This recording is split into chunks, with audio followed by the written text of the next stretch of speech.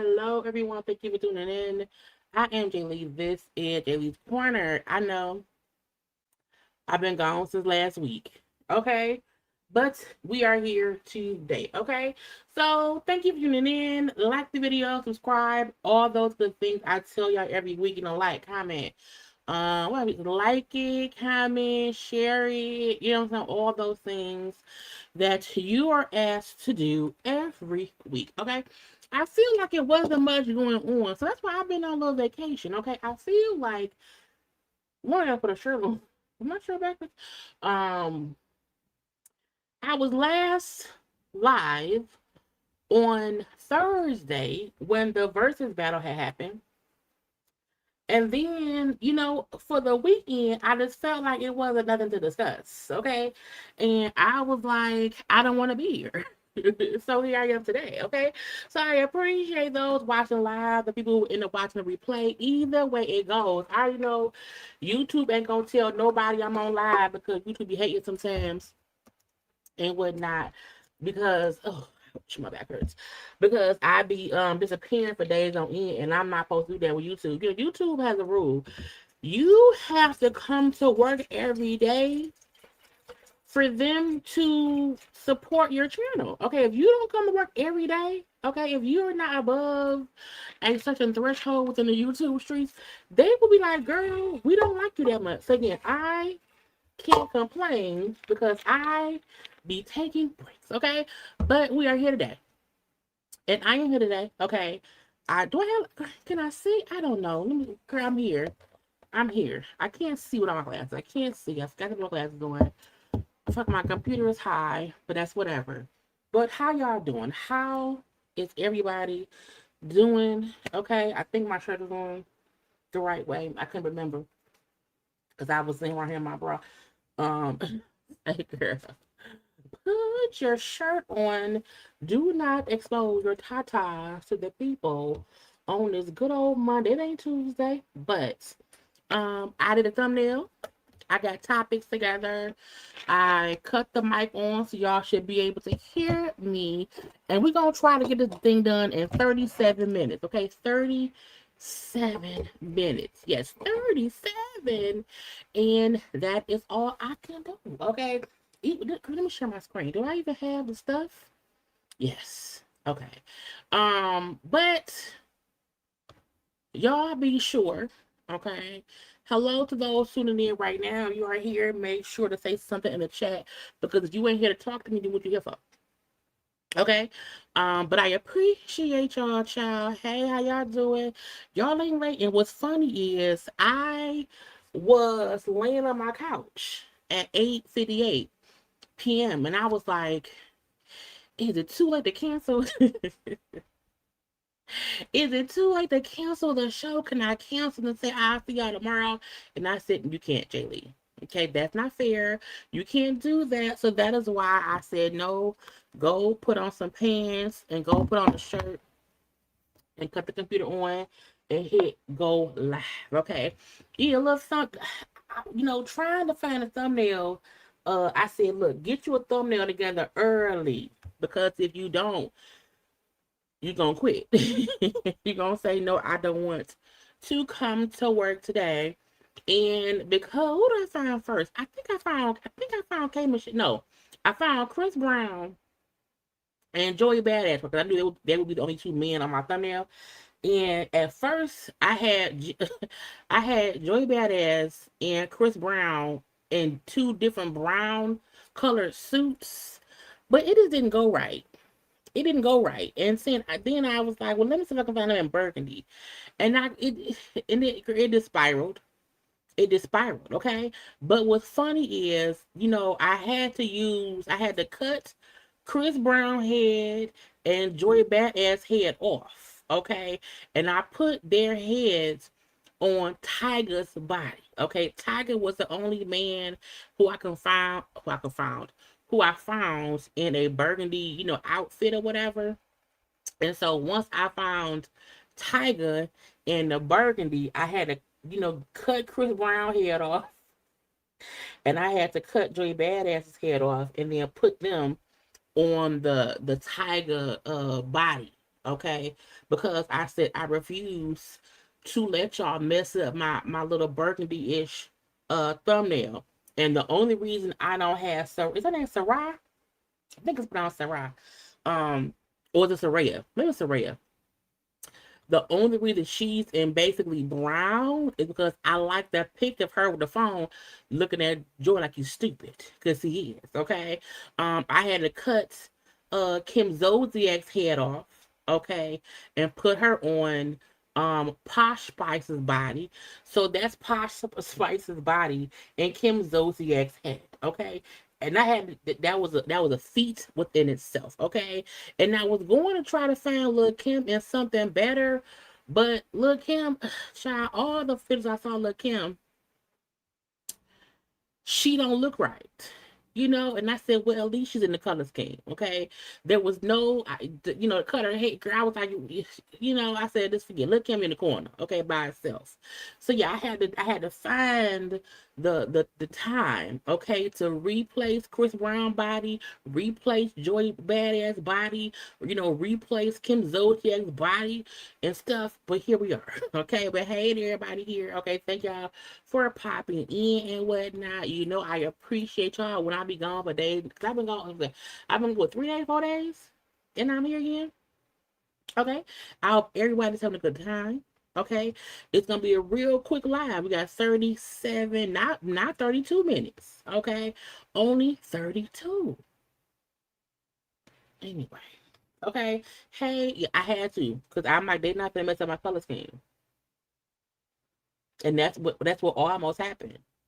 Almost. You know how hard it is to find a picture of Jocelyn Hernandez in like burgundy? And the fact that Chris Brown, Joy Badass, and Kim Zolciak ain't had not now picture them in burgundy and brown, nothing. Anyway, how y'all doing today? How is everyone feeling? The weather's changing. Fall is on the way. I can feel it in the air, in the spirit, in my body. It's almost leggings and a hoodie and my Ugg boots or my Air Force Ones or my Air Max. Okay, I'm almost ready for the weather to be not hot as heck. I don't mind summer. I'm a fall girl. Okay, if I could live somewhere where it was fall all year round, I will go there. But I don't think there's no state in the US that has fall weather all year. I don't. But I don't want no hot ass summers, you know. So yeah, I'm just stuck here. Anyway, um, yeah. I had a this so look, let me let y'all know something because for the Kim, I had so this so that y'all know how dedicated I am. Okay. Matter of fact, let me show y'all. Let me just show y'all real fast. And then we're gonna get into the topics and whatnot. Because again, we got 31 minutes left and that's it. Okay. And I don't want to hold y'all no longer than the 31 minutes we have left. Wait, let me take this off the screen. I just want y'all to see something, okay? All up in the carnivalness of it all, okay? So this is this is for the behind the scenes, child, behind the scenes, okay? This is my, where I make a couple thumbnails, okay? Couple here, couple there, couple everywhere. Y'all see Bishop Robert, you know what I'm saying? All the things. And when I was trying to get together the thumbnail, okay, and this is Kim right here. You see it? Okay, let me double it because I may have to edit it later. So this is Kim right here. You see it? Okay, let me move it for y'all. Okay, so again, that is Posh Spice's body with Kim Zolciak's head. Okay, matter of fact, let me make it a big bigger. Hold on, I gotta get on the screen. I want y'all to see what I had to do. Okay, because Kim caused me some grief. Okay, because the bitch don't never look the right way when I want to look the right way. Okay, so let me ungroup it. Okay, so y'all see how this is? It was one. Y'all saw one picture. Okay, I had to get that. I had to put. You see, that's half her hair. Okay, I had to cut Kim's head in half, literally. Okay, I had to cut a piece of Kim's hair, okay, half a head, okay, just half to make it. Well, to make it look right. How did I move it? I moved it the wrong way. But I had to get her hair, okay, to make it be one picture. Okay, then. So that's one piece for her hair. Okay, it gotta go. Okay, then this Posh body, boom. Okay, and there go her head. Okay, you have to be precise to make it all look the right way. Okay, but on the thumbnail, what does it look? Perfect. You wanna know why? Because I do these things. Okay, you have to know how to edit. You know what I'm saying? Because who would ever think? Okay, that this thumbnail here, okay, that thumbnail there, okay, and this is really this. Okay, even with Chris of the Brown. Let's move Chrissy around. Okay, let's move Chrissy around. Okay, make them be real big, like, okay. And you see how you have to ungroup. Okay, boom, and you gotta move the head out the way. Okay, now we gotta move it. Now I could push Chris' head on Parker's body. I don't want to do that. That's a lady. Okay, but you gotta move the head. That'd be somebody. You gotta move Chris Brown. Chris Brown head can be right in the middle of Lil Kim's crotch. Okay, and if you move Joey around here, okay, make Joey bigger. Okay, and then bring him to the front and ungroup. You can then have boom, pow. Okay, two Negroes. Okay, in the crotch. All I'm saying is I had to finagle to make it look right. Okay, all I'm saying. That's all I'm saying. Okay. And you have to get all the things, okay, all the things, all the thumbnails, all the stuff, again, it's a whole thing. It's a whole thing of making the stuff. So, okay, anyway. That was a lesson of how to do a thumbnail and cut people's heads off. Okay, anyway. Come on. We got 29 minutes left. It is 29 minutes and that's it. Okay, that's all I got to give. Okay, making thumbnails is absolutely art, because even if the silhouette is the same as far as how I group people together, the pictures, it has to still make sense. The bodies have to be facing the right way, space in between. It's all the things. It's all the things. Okay. And then the reason I put that emoji is because when I seen I think it's Serayah, Joey Badass ain't shit. Okay, and Kim Zolciak ain't shit. Okay, so the head is really for them too. It's really for the emoji is really because I said I know your tack head ass ain't out here being a tack head ass. Okay, um, there was a new race showing. I refuse to support, to promote, to engage in anything Khloe Kardashian related. I try my best, honestly, to not, indulge in anything that's directly a Kardashian thing. I watched Travis Barker's documentary on was it on Hulu? I think so, because that was Travis Barker, and I like him. And I've liked Travis Barker before. Thank you, Terrell, for the cash app. I appreciate it. My phone be beeping sometimes, and sometimes it don't. It be so like, girl, I really need to. I keep saying I pay too much money for this phone for the text to not come through. I think I'll be muting it now. I'll be meaning to. Okay, there we go. So whatever. But yeah, I refuse to support them. Okay, and I feel like people keep forgetting. Khloe Kardashian tried to ruin Jordan's life, and I will never forget it, bitch. Okay, and for that reason and that reason alone, okay, I don't support anything they do. It could be a great show. Okay, it could be a show that cured cancer. I would know. I doubt it will, because they don't do that. My point is, I don't support them. I don't support them. I don't promote them until Khloe Kardashian. Matter, see, y'all done got me started. We got 13 minutes left. We got 13 minutes, and that's it, y'all. Khloe Kardashian, who also got with did I save it? Khloe got with that Tristan while he had somebody else pregnant and knocked up. So Khloe ain't shit. However, Khloe still has that tweet up about Jordan in regard to Tristan, calling Jordan like a liar or whatever in support of Tristan. Okay.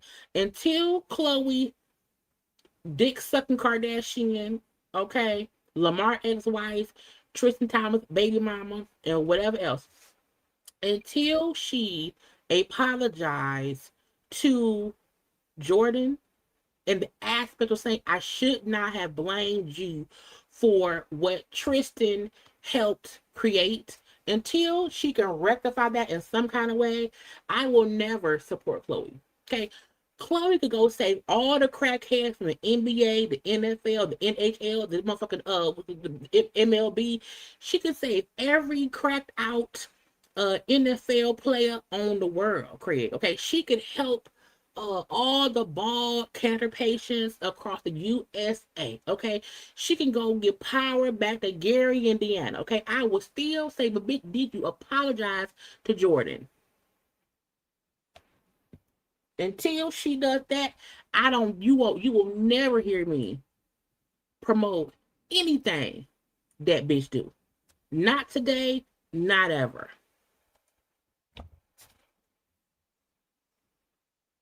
Hey,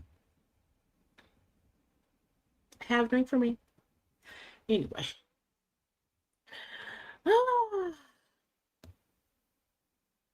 Okay. The same. Never ever. Okay, I think I am a drink. Um, I will never. Okay, the North remembers. Okay, I'm still pissed at them cutting off Ned Stark's head.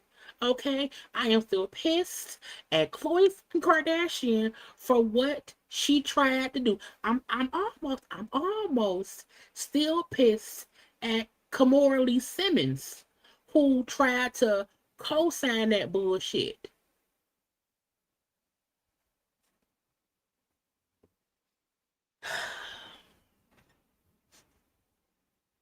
I will always stand up for Jordan Woods. Always.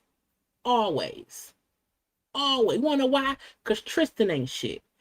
Ain't never been shit. And anytime a grown ass woman gets with a no shit ass man and you want to then go after the young girl, your younger sister's friend, you want to make her the villain and your fucking tired ass cheating at man. Bitch, if you don't suck my dick up,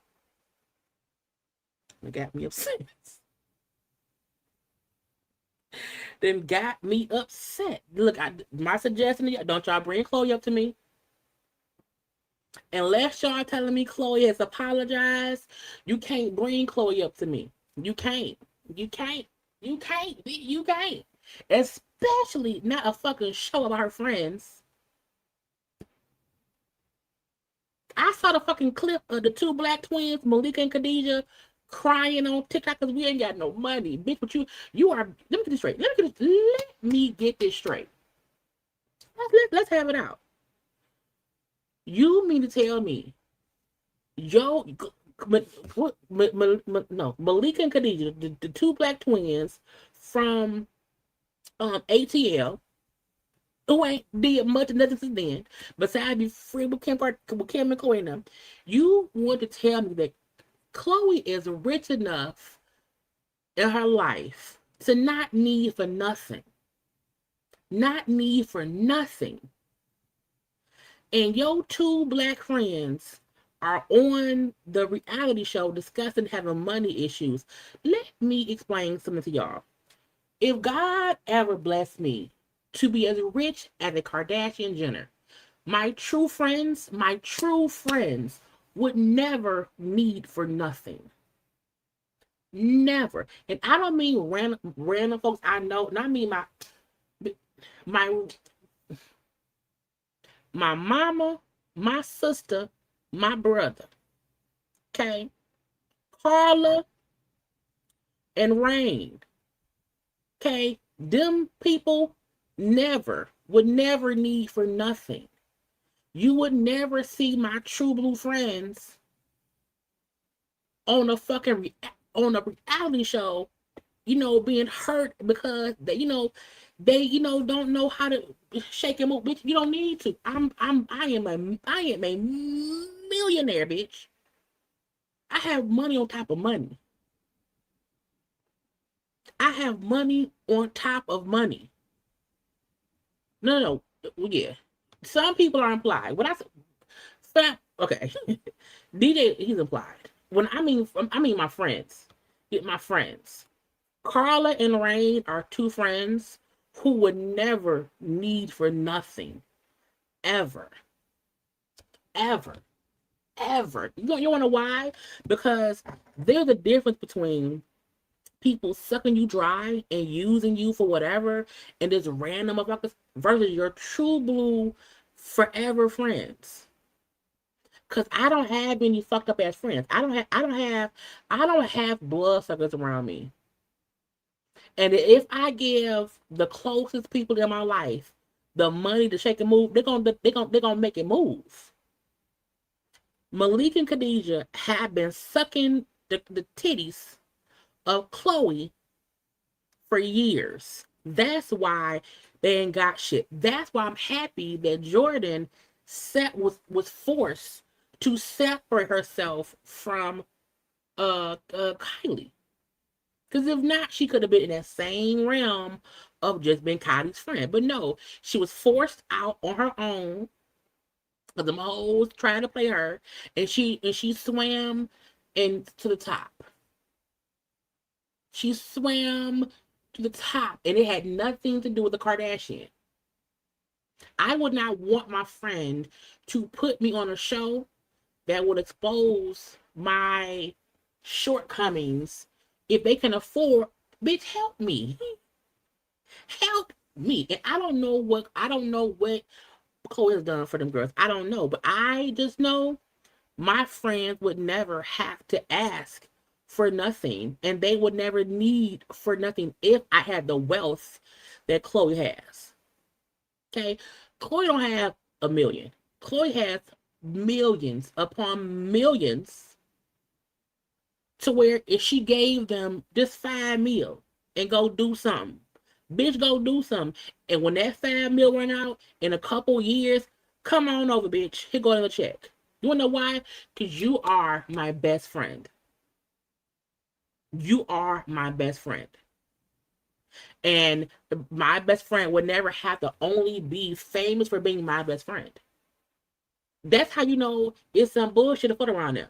Because we only know the twins as twins, for one, and for being Chloe's friends, for being Chloe's assistants, for being Kim's assistants. Bitch, I would never. I would never.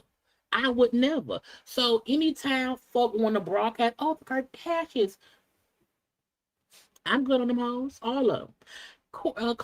Cardi is not that bad, but only because I like Travis. But still fuck her too. But again, no. I said, bitch, I said, they crying.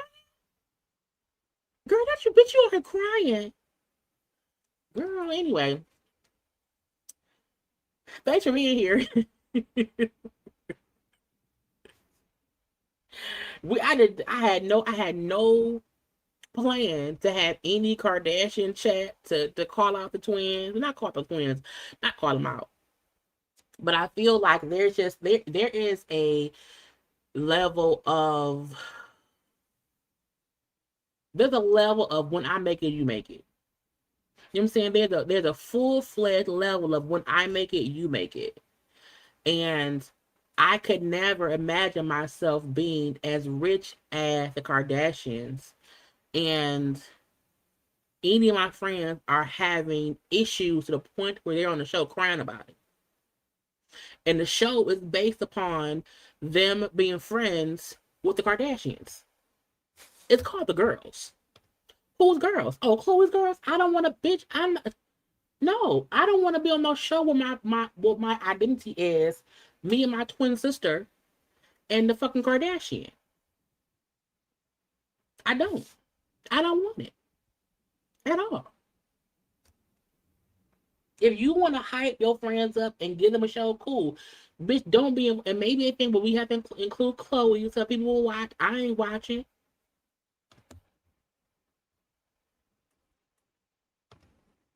At all.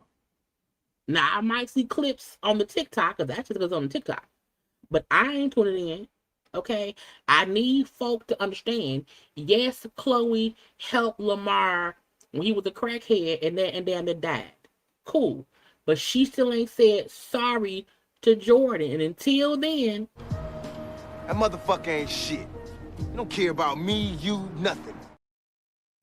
And in case y'all don't know, Khloe Kardashian, I do not like that bitch. I'm just gonna be straight up. I do not like that bitch. I do not like her. She is a fake ass bitch to me.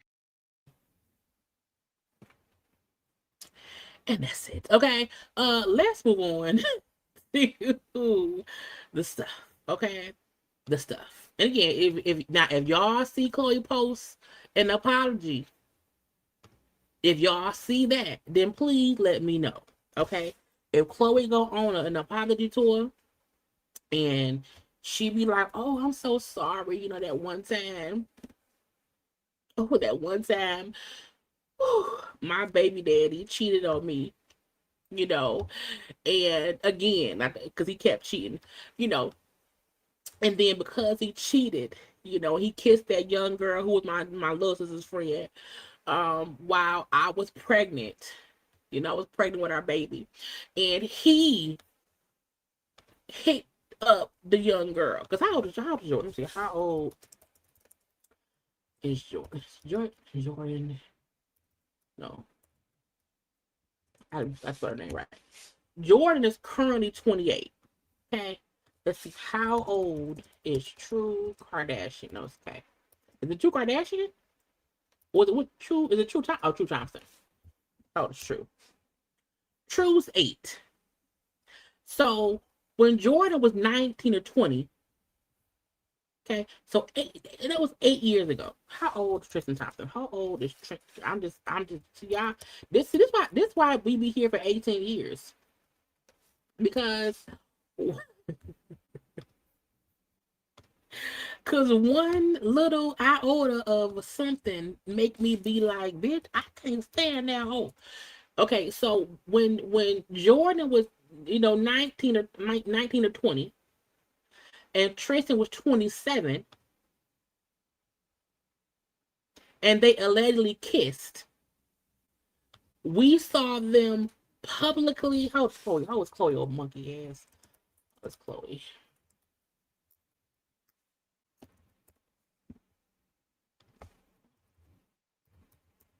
And Chloe was 34. Tristan was 27. Jordan Wood was 19, maybe 20. And the way that Chloe, Kim, Kamora Simmons, because that's who it was, who was publicly saying shit. I really didn't see Courtney say much publicly. I didn't see Kylie say much, because it was her friend. You know what I'm saying? But the way 34-year-old Khloe Kardashian went and publicly attacked 19-year-old Jordan Woods, I will never forget that bitch until you do right by Jordan. And as rich and as much as she has access to, that is why Khloe's life has always had a little hint of drama. Cause you helping Lamar, old crackhead ass, it did not wipe your slate clean.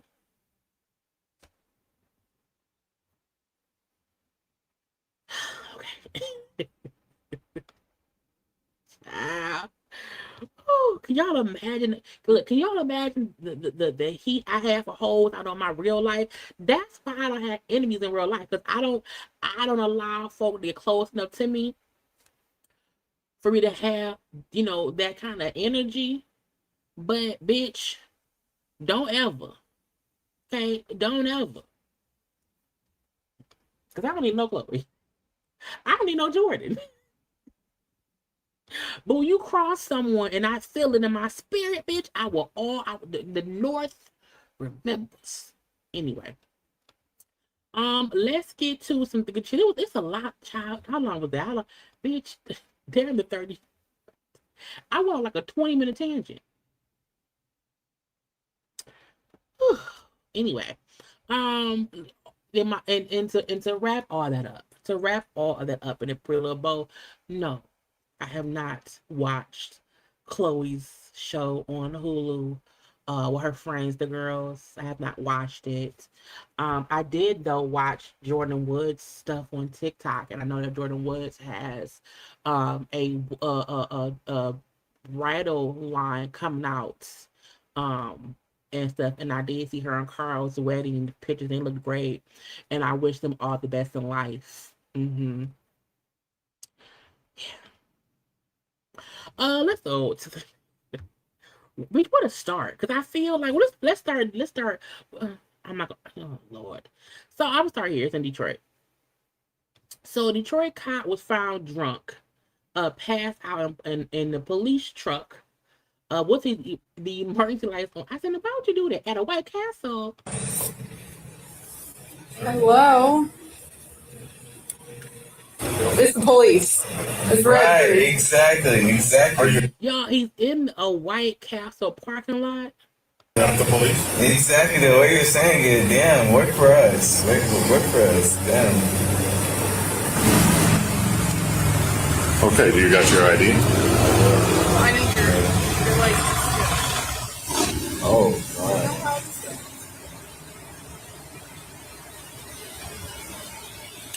Girl, bye. Y'all, it's something else today. Step out of the car. I'm not stepping. Get on. No, you are. Step out of the car. Sir, please, stop. No, you relax. I'm telling you. Get out of the car, please. Sir, I don't have a problem stepping out of the car. Okay. Relax. Like, she's doing a lot. Relax. Literally. Sit right here.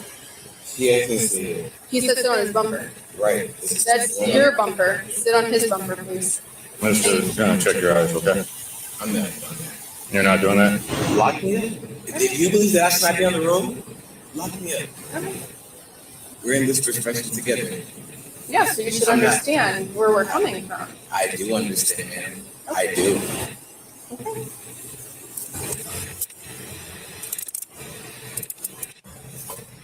Now, a couple things. He wasn't driving. Okay, he wasn't driving. Okay, two, he was parked somewhere. Okay, he was in the safety of the grassy area at the White Castle. Now I don't know why he was in the back seat.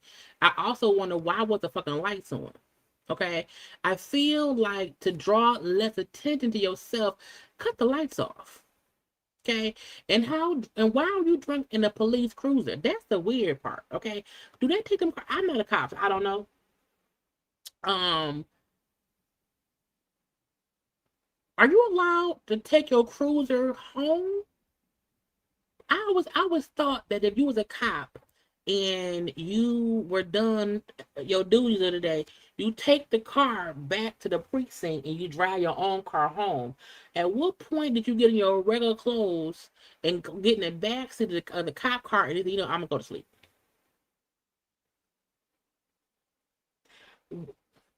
Nah, he was drunk a little bit. Okay, they say he blew a .237, a .234. He was charged with operating with a blood alcohol content of .17 or more. Now he is 20-year-old Jelon Allen Nelson, found at 1 a.m. Okay, over there on Schoolcraft and Telegraph. Okay, what is you doing? Okay, out there in Redford. Now he's a Detroit police officer, but he was in Redford. Redford is a whole other city, okay, around here. So again, found him 1 a.m. in the back seat of the cruiser, parked in the grassy area of a White Castle, with the police lights on. Okay, and I'm like, that's stupid. Now he was passed out in the back seat. Okay, the car was still running. Like, what the fuck? Okay, he probably had air on. Now he works in the DPD in the public information office, which provides incident information to the media and gives on-camera updates. You the story now, sir. Okay, you are the story now. Now he was assigned to take on a police vehicle so he can respond to breaking incidents while off duty. Okay, so that's why he had a car off duty, because he's supposed to be at the house chilling. And if he has to report an incident, he can get there. Sir, you abuse of privilege. Okay, now he was off duty at the time. He was placed on leave while the review would happen. What this means is he was out in the police car drinking. Okay, he recognized that he, can't drive nowhere. He said, let me pull over, leave the lights on. Now, what was he in shorts? Hold on, put the sound on. Even how he like, where your clothes at? Cause he's in a wife beater and some coochie cutting shorts. Okay, he not even dressed to report on nothing. He looked like, is he homeless? Maybe he's homeless and he's sleeping in the car at his house. I don't know. What I do know is, sir, you are the story now. Okay, and if you would have only pulled in your house driveway, okay, or in your apartment parking lot, okay, cut the lights off, okay, crack the windows and cut the car off, no one would have noticed you, but you made yourself very noticeable. Okay, so stupidity. Okay, more stupidity. Okay, this lady out here delivering, right? Okay, delivering stuff and whatnot at the house. Drop a little bag off, little picture, little snapshots. Okay, cute. Take it, walk away. Then the bitch said, you know what? I see something I want. Okay, and she then decided to steal the mat. Now, why did you do that? You know what? I feel like if you are a delivery person, whether it's Uber Eats, DoorDash, okay, Amazon delivery, okay, whatever it may be, okay, I talk about whatever. You should know that there are cameras everywhere, and even if you, because if you don't know what's going on, that's a better reason to not steal nothing. Making a decision to steal something that's not yours means you are an active thief. Okay? You are an active thief because nobody out the blue. I have walked past many things. Oh, that's nice. I'm not gonna take it because I ain't no thief. Okay. Now, well, one time I didn't steal anything, but my apartment complex, there were two, because we have LA trash here. We have LA trash. And if you leave your trash can outside, they get the trash and whatnot. There was the unit next to me was vacant. They had just moved out and somebody else moved in. Before the other people moved in, there was 2 trash cans outside that people kept dumping random trash in. I'm like, bitch, this ain't no trash can to do that. And because I said, oh, y'all want to keep, throwing stuff, I threw the whole trash can away. I threw one of them. I threw one of the trash cans away because I got tired of walking past it with random trash. I'm like, bitch, it ain't supposed to be here. You know what I'm saying? So I did pick up something that did not belong to me and threw it away because it wasn't supposed to be there. But I would never pick up someone's property and take it. I would not do that. But if you are supposed to be walking past there, you want to drop, okay? But to walk past someone's door and see their property, their mat, a potted plant, a lamp, or whatever something someone may have outside, that's stupid. That's dumb. Okay. Also, my defense, when they were cleaning out the apartment next door, they brought an extra trash can there that wasn't supposed to be there, and when they left, they just never took it. That's what happened. Okay. But I feel like when people steal shit, you a thief. And that means that you steal shit all the time. It also means whoever you work for should fire you because you're a thief. Bitch, I said. And then thought, hey, I'ma take it and they can't see me. I'ma stand to the side. They can't see me. Bitch, we see you. And somebody knows you. Okay? That's Kalani, girl. Look at Kalani up there stealing. Look at Kalani. Stealing. Okay? Red-handed. So just stop stealing, okay? If you want to go buy it. Look, dating sucks. I would know. Come with me on the worst day of my life. My date showed up off of Fifth Remy and was eating his food with his hands. Yeah, I can't make this shit up. That's why I recorded because I knew no one would believe me. He said one word the whole night. And it was the same word that I love saying as well. Really? Now, first of all, he looks special. Okay? Anybody when you meet somebody for the first time and they show you any inkling of a yuck, I'm walking away. The moment he put his hands in the food to eat with it, I gotta go. But right here, he looked high or drunk. He also homeless in the face. Okay?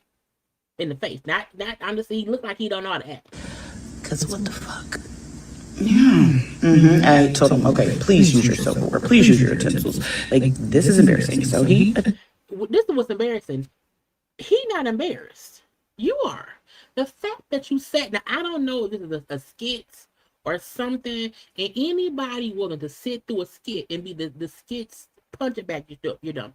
But you sitting there with him is crazy. Food was all over the table. It was in his drawers.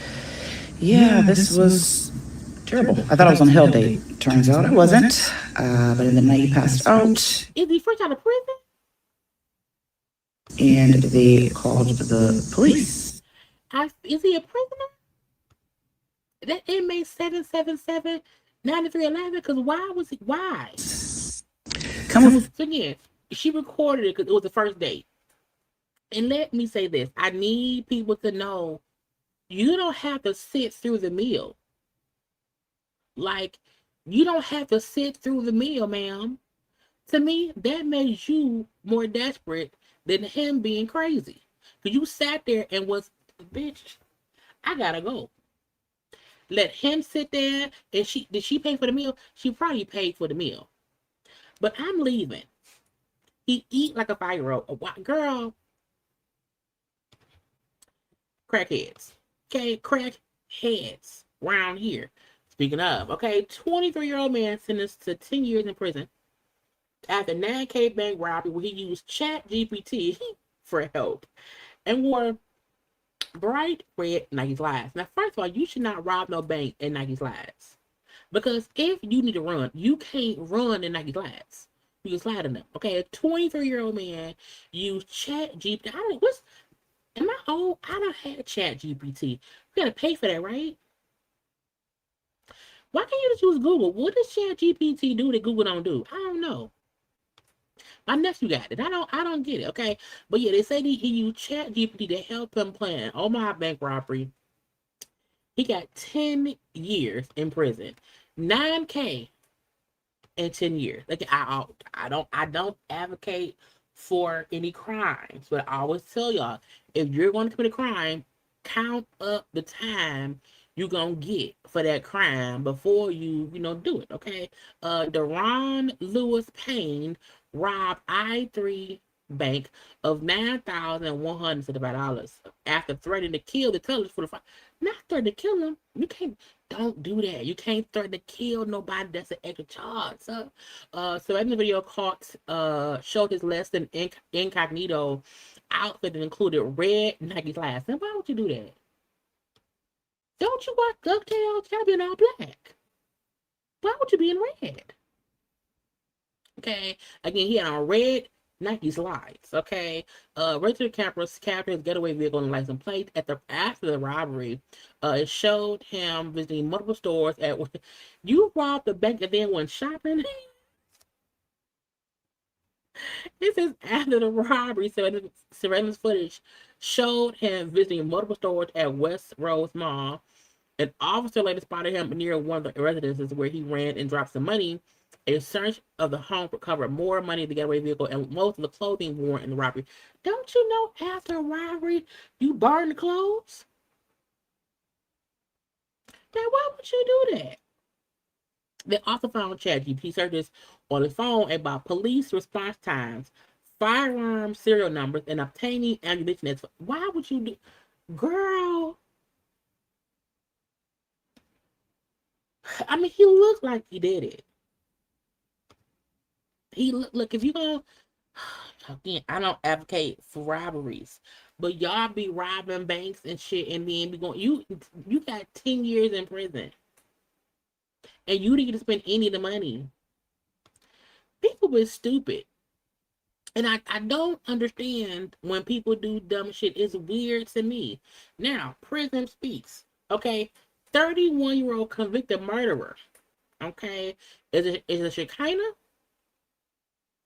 Thompson received backlash after posting beauty content and food reviews on TikTok while serving a life prison sentence for traveling from New York to Florida to kill her ex's 23-year-old girlfriend. Wait a minute. Didn't we cover this case? I feel like we covered the case that she drove across country to kill her exes. I feel like we did, and now she in prison for life, and she doing TikTok content. So the food that matches my makeup today is a little blue. I just made a Cookie Monster parfait. What the fuck is she? Is it? Can you do that? Someone has to be helping her on the outside. Two, bitch, what? It's the song. I can't play the song. Okay. Let's see if you can see the details. This one goes this way. So she be on video calls with people. Hold on. Shekinah, I'm saying Shekinah or Shekina, I don't know. Is bad in the news after being sentenced to life in prison for the blah blah blah. Killed Kayla Hodgsons. Now they're questioning how Thompson has been posting TikTok content from behind bars. The video features beauty products and reviews. Girl, who posting for her? Someone is posting for her. Again, convicted of first-degree murder after prosecutors say she traveled from New York to Florida and killed Kayla, who dated her ex. Okay, fine. She got jail time for life. But now she's online posting content.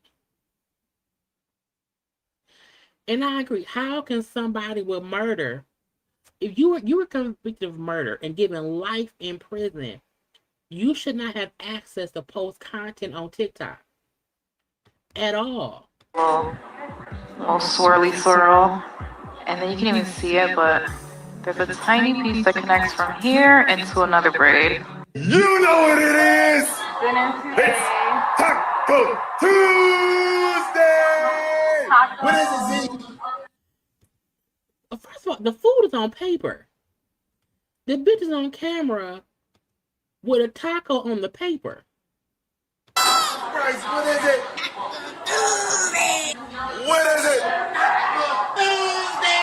I cannot believe, girl. This cup right. I can't play the song. Why she got flaming hot Cheetos cups? So now she not making cups for people? I know you fucking lying. First of all, if I was the family of Kayla, the girl she murdered, I would sue her.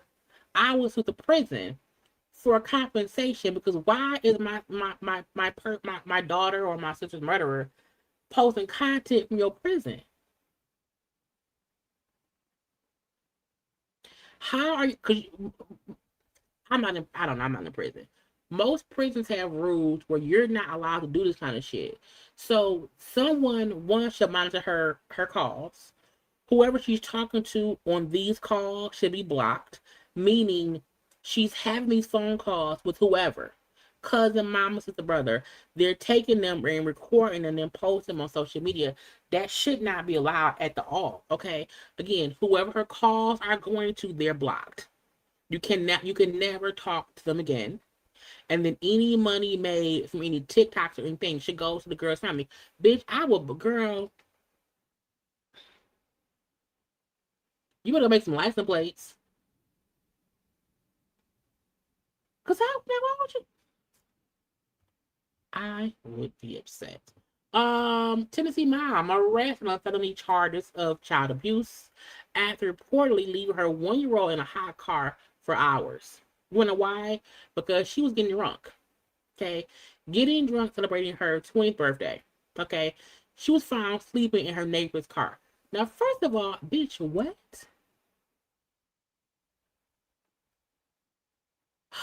Ashlyn Elizabeth Taylor called a friend just before 3 a.m. asking to be picked up while she had her baby with her. Why the baby up at 3 o'clock in the morning? Her friend drove them home, but Taylor was so drunk, she refused to get out the car. The friend took the baby inside, but after the child began crying, she reportedly brought the baby back outside to Taylor and cracked the car window. Hold on. I got it. I want to make sure I'm reading this right. The drunk mama called a friend for a ride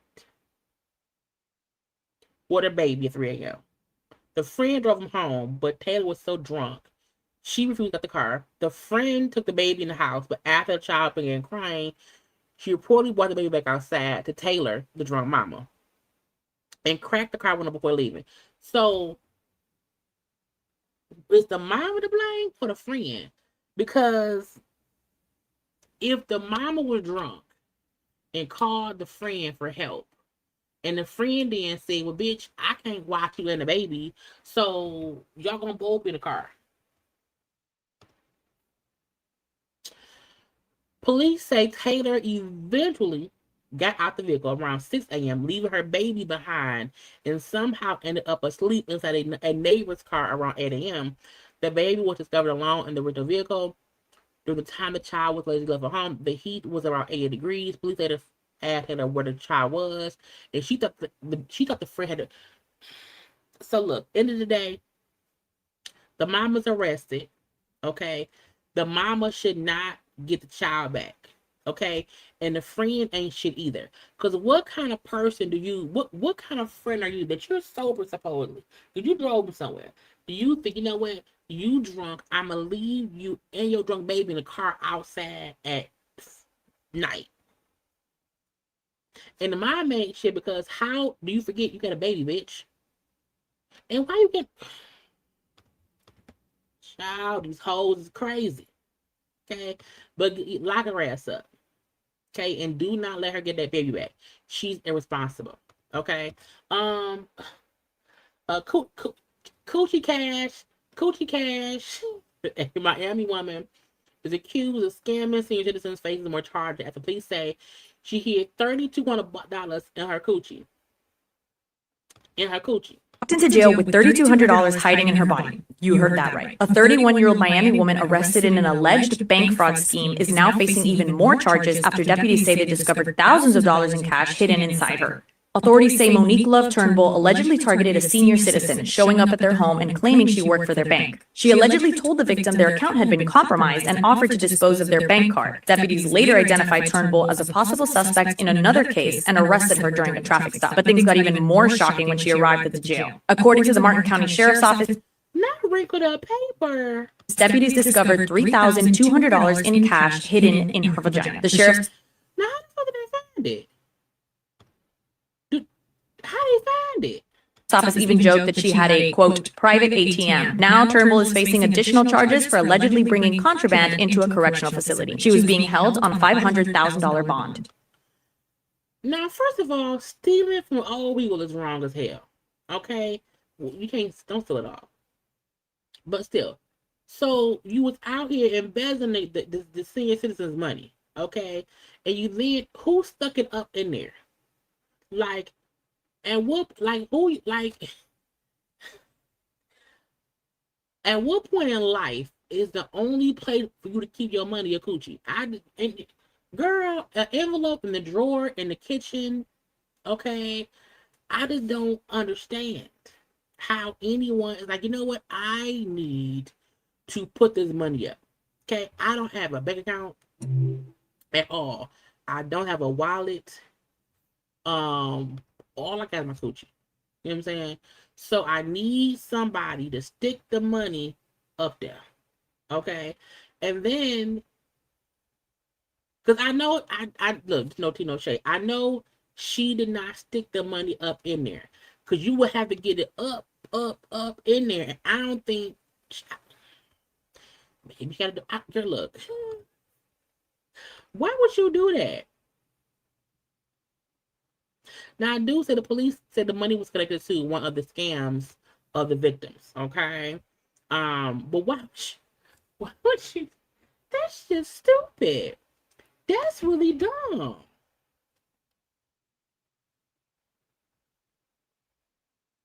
It says she entered jail with the 3180 hidden in her vagina, which was discovered apparently because she complained about being in pain. And they probably said, which one paying for? I got money in my coochie. Girl, bitch. Y'all better put that money in the Crisco bucket. Why would you put the money in your coochie? Ohio couple accused of drunkenly breaking into a cruise ship cabin, attacking 2 kids and a 9-year-old after they were asked to quiet down. Okay. Gannon Jacox, 29, and his girlfriend Brooklyn Hicks, 28, were arrested after authorities said they forced their way into a cruise ship cabin, attacked 2 adults and their 9-year-old child because they said, hey, y'all quiet down. Y'all kind of loud. You know, why would you beat up 2 adults and a child? Now, they said the 2 have been arguing loudly after drinking when one of the victims asked them, hey, can y'all quiet down? Shut the fuck up, okay? Hicks then allegedly confronted the victim while one of the 2, I don't know, somebody walked over again, recorded and encouraged Hicks to attack them, okay? The couple pushed their way into the family's cabin where they, girl, even... Thank God no one was seriously injured. Okay. We see the dude is that his eye got fucked up. Okay. You did all of that and came out with a busted eye. It says Gannon, the guy, was charged with burglary, with battery and child abuse without great bodily harm. And she was charged with burglary, with battery, touch, stress, strike. You have to learn, you fussing with your dude or your girl should not include you beating up the other people on the boat. That's just kind of crazy. A lot of crazy.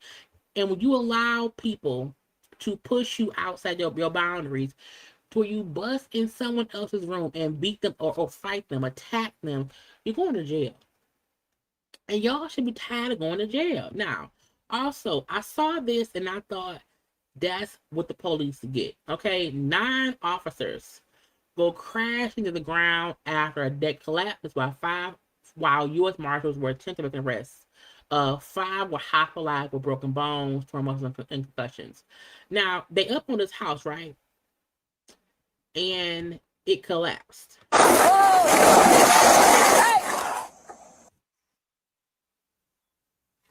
First of all, I don't know why all your assholes gonna be here anyway. I feel like people don't know bridges and shit. That stuff be old and rickety, okay? This don't look sturdy at all. Why will all y'all go up there? Why would 9 of y'all be up there? 9?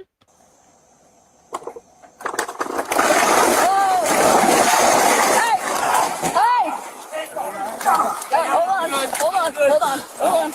I know a show was up. I did not know a show on me. I did not know a show, busted up. What I will say is, because we don't want nobody to get, to get broken up and whatnot. Okay? But my point is, why would 9 of y'all go up there? I feel like that's too many people. There's too many people. I also feel like y'all should test out people's stuff. The house itself don't look sturdy. Okay? Now, child, it collapsed. And they got hurt. And that's sad. But why would y'all not realize that shit ain't... I'm pretty sure it was creaking. Why would y'all do it? Okay? 4 U.S. deputies and 5 county sheriffs who were on the deck. They were trying to get 26-year-old Jacob Alexander Munoz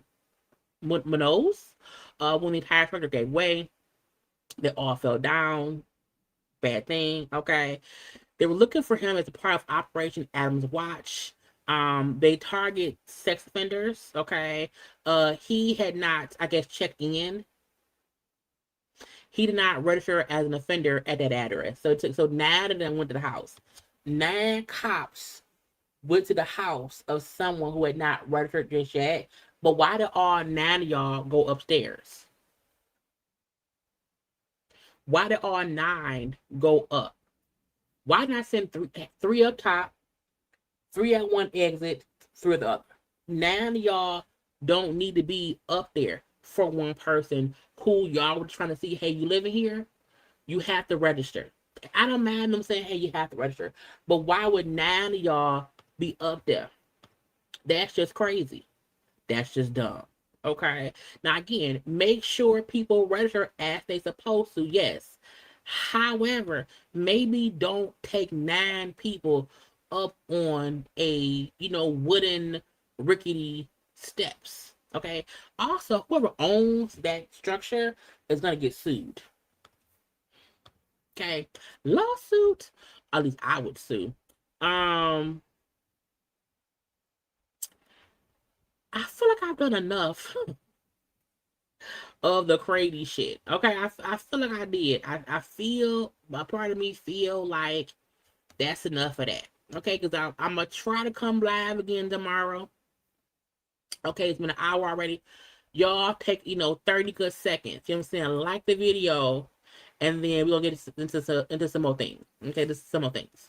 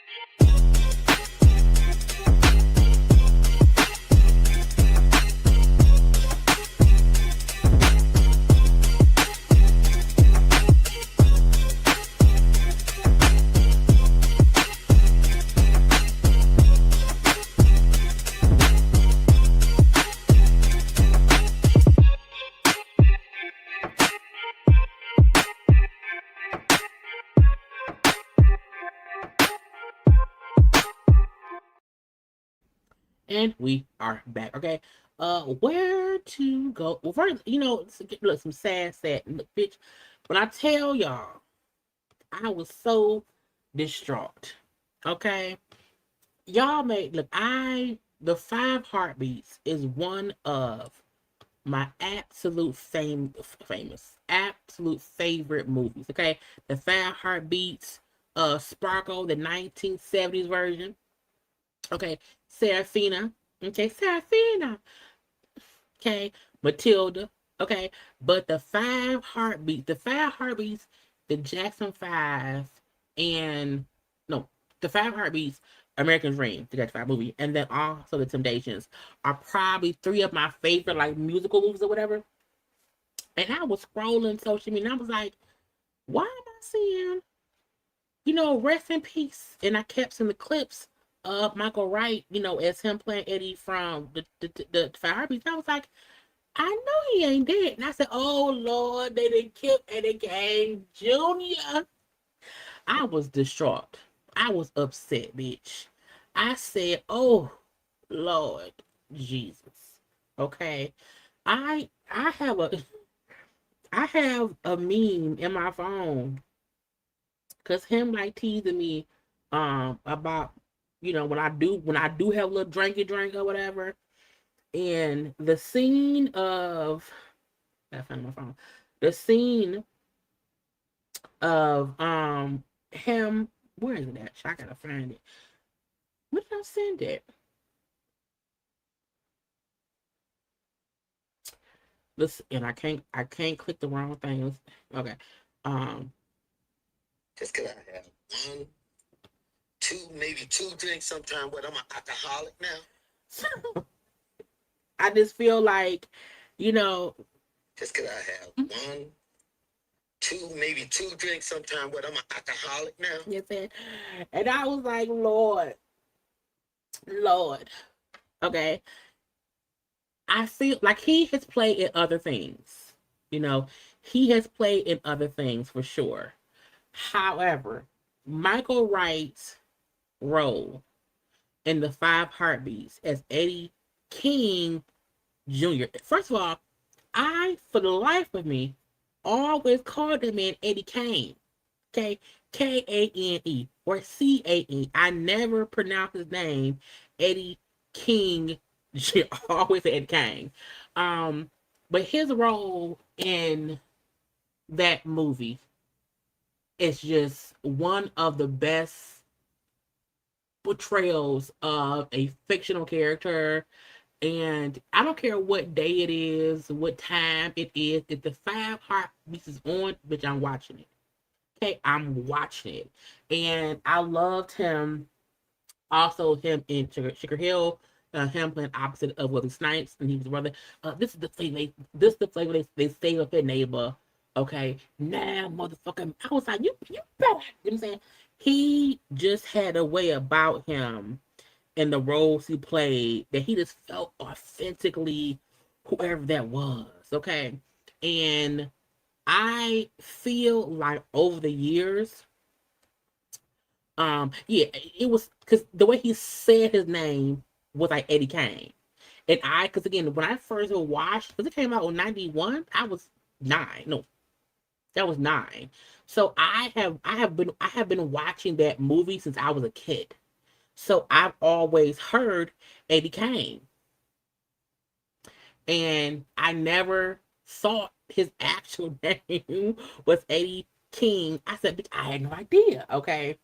And it's crazy because I feel like, one, may he rest in peace. His wife announced he passed away.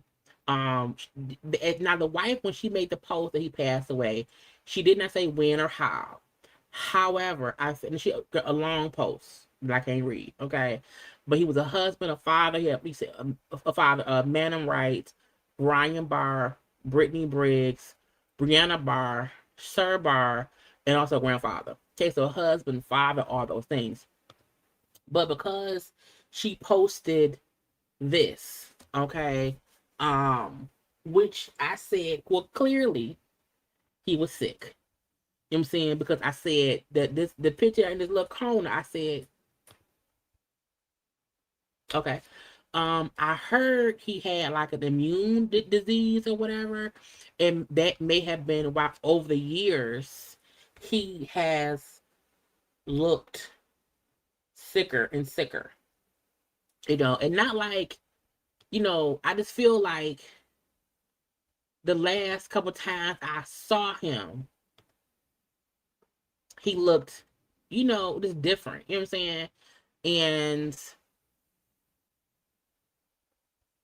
I don't think I really seen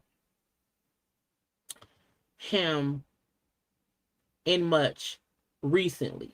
And I think because his health, had started to deteriorate. I did see that Robert Townsend had put up a couple of different bitch.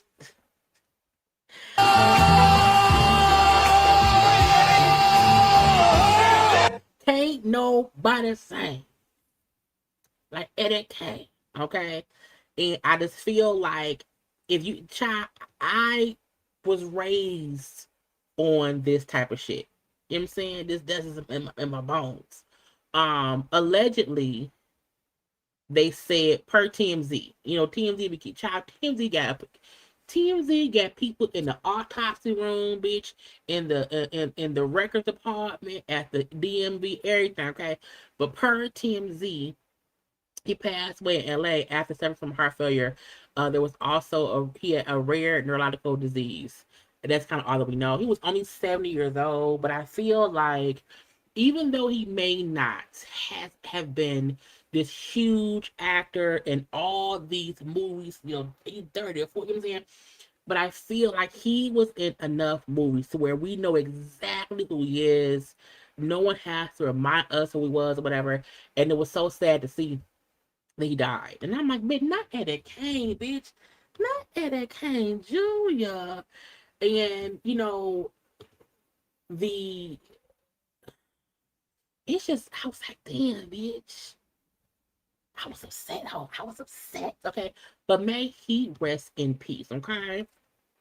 Now, in other news, okay, we don't care. Okay. Now, Sonya Massey, who was killed back in 2024, okay, the deputy Sean Grayson, who shot and killed her, who was sentenced to 20 years in prison, okay, he died. Okay, he had only been in prison for 6 months and he died. And I said, look at God. Okay, because the way that lady was murdered in her home, and the way he tried to act like, oh, I was fearing for my life. I hope you and the devil are dancing. Cause we don't get that many wins. You know what I'm saying? And I am not celebrating death. I'm not celebrating death. However, I am not mourning people who purposefully took the life of someone and then try to play victim. Okay, so I'm glad he went to prison. Okay, because when he was on trial, he was diagnosed with stage 3 colon cancer back in 2023. Okay, it had graduated to stage 4. And it spread to his liver, lungs, and his rectum. And I feel like the manner in which Sonya Massey left this world, okay, well, you gone. Okay. You quickly took someone's life and then you slowly rotted away. So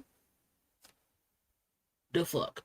But you can't celebrate death. And I'm not celebrating the death. I am just saying you did something to someone. And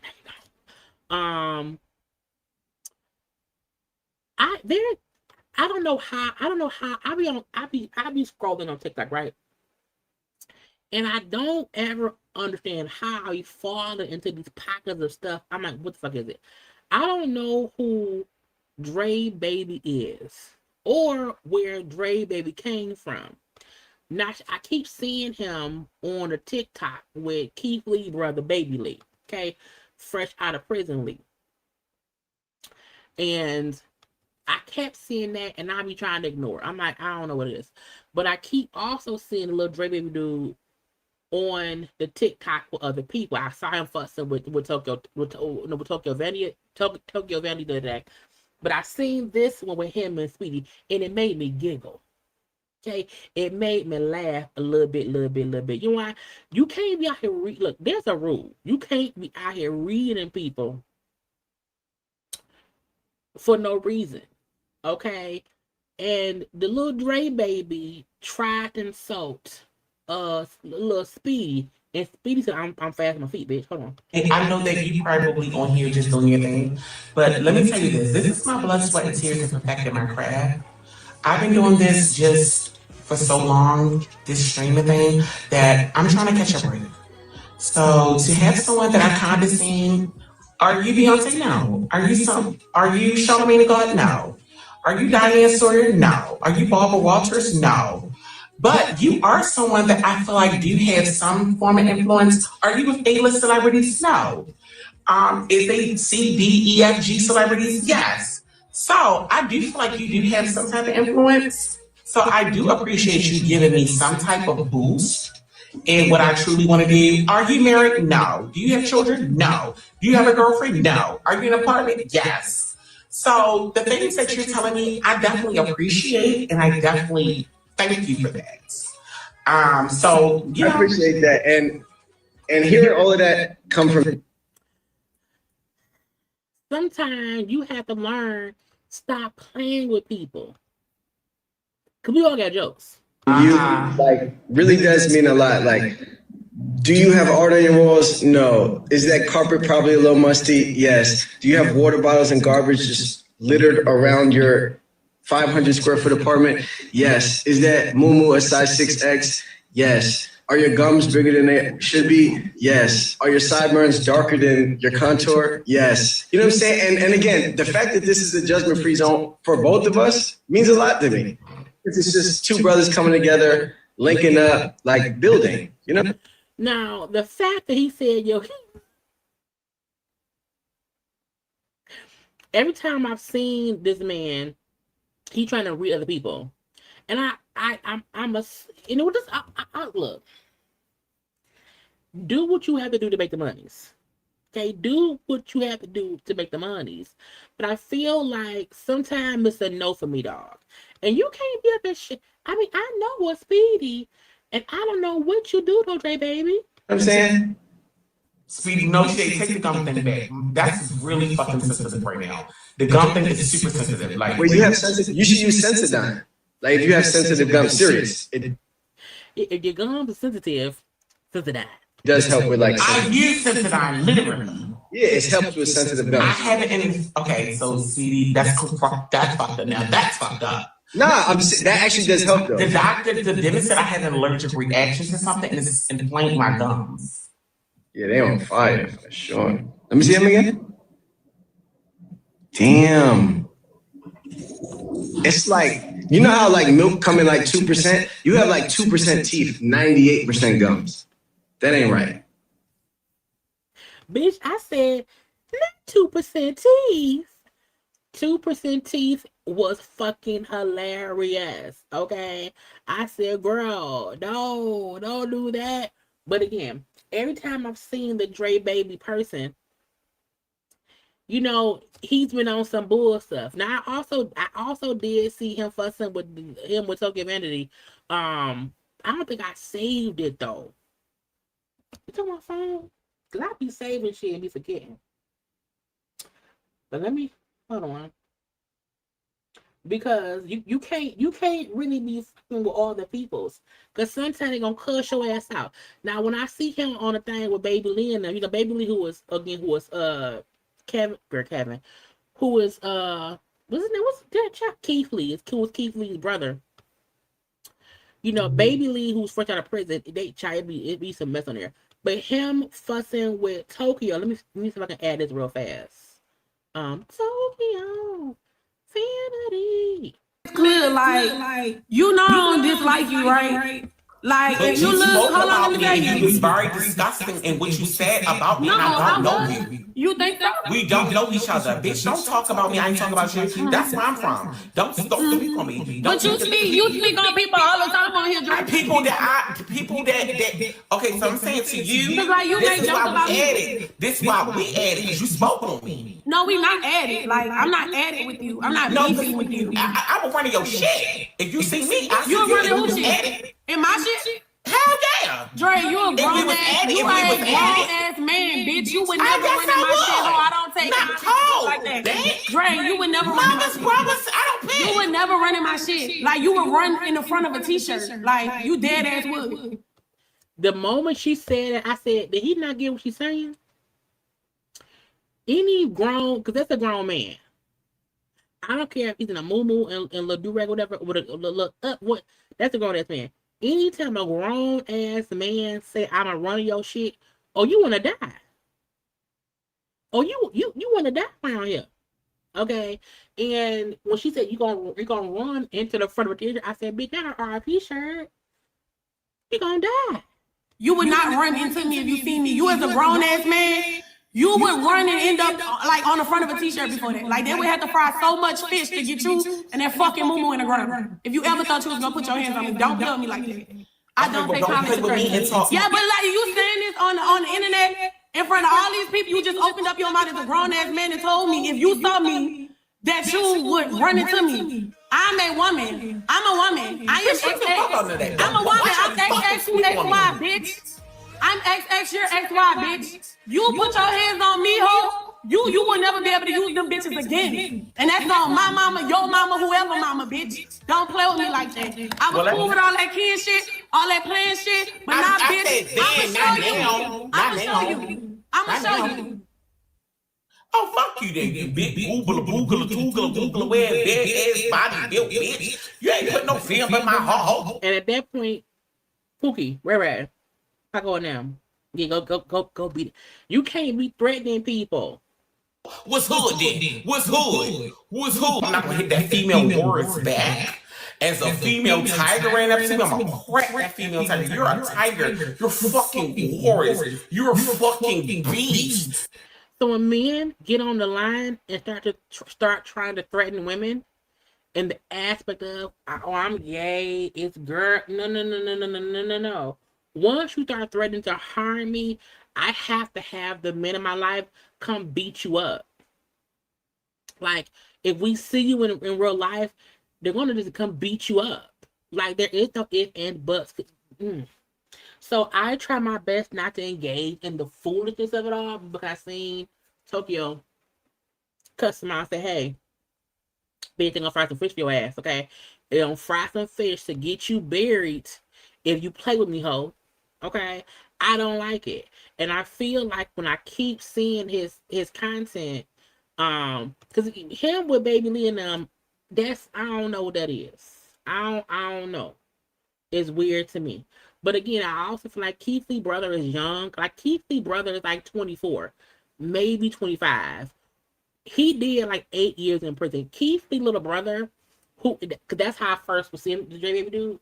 His brother was in prison for like 8 years. He went to prison at 17 and just got out maybe 6 months ago. Maybe 6 months ago. So I don't, you know what I'm saying? I don't really, I might go whatever. But look, okay? At the end of the day, I know that you probably on here. 2% gum, 2% teeth, 98% gums. And it was funny to me. I cackled. Okay, cracked up the whole fucking time. But again, I do not like characters, male characters on social media who threaten women. I don't like it. I don't like it. I don't like it. You can't joke with me about coming and running my shit. It ain't funny. Not because now we got a problem, bitch. You know what I'm saying? So I don't like how he conducts himself on social media. It aggravates my spirit. Now, also, do y'all know Don't Call Me White Girl? Mona has a podcast. Hold on. Mona has a podcast. And I guess Tia Kemp, who is my arm is itching. Tia Kemp, who is Rick Ross' baby mama, I guess she do comedy now. And, Don't Call Me White Girl was talking about it on her show. And not her and Tia Kemp beefing. Let's listen.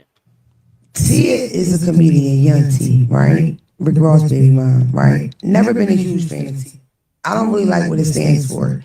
I've had this conversation on my lives. Y'all always disagree with me. I think it's corny that a baby mom we beef with on that tip ends up famous. I think it's corny, whatever. She's been famous for 1,000 years. Her resurgence is her with the flip phone talking. Tia is a very beautiful woman, right? I think a lot of that new fan base don't know that she bent over in pictures with Rick Ross and all the magazines. I don't think they know how ill that shit got between them. That she went to a jewelry store with his op. Yeah. Like, why am I the only person that thinks that's a nasty? He interviewed. It irritates me. I'm so tired of y'all. Like, I just feel like I'm the only person with like. But whatever, she's super entertaining. Am I entertained by her? Not really, but she's super entertaining. I'm happy for her. Somebody called me to work with this lady. Because she's on tour. And me and her are doing the same kind of rooms. I said to him, she does stand up? He said, oh. I said, oh, what did she do? Like, what are we going to do together? I thought she Take him on tour, babe. Pull that clip up for me, please, just so I can show them. Listen, it pissed me off. I don't care if it's petty. It pissed me off. It pisses me off. When he said that, first of all, to be honest, I ain't interested in linking anyway. Ain't nobody link me. I'm not at that point in my career, whatever. I put people on. People need, shout out to Riz. Riz did a great job in Pittsburgh. People need a little, nobody. I'm gonna can't be. You got on followers, I got followers again. So that was her point in her talking about Tia Kemp. I mean, it's always a bad body, botch body, big face bitch at that. Oh, you talking a little too slow for me. I don't know if you on coke or perks or what. But bitch, I smoke weed and I don't even move that slow ho. And I heard weed supposed to slow you down. You better get off of that shit, you fat swole face bitch. Oh, you on something. Talking too slow in every video I motherfucking see. Chat, go check. If you think I'm lying, go look, chat. Mona do talk real slow. I mean real slow. I think she be high and she slow down her talk to make it make sense. but she do talk slow. I ain't lied to you. That hoe on something bad. That hoe on that white girl.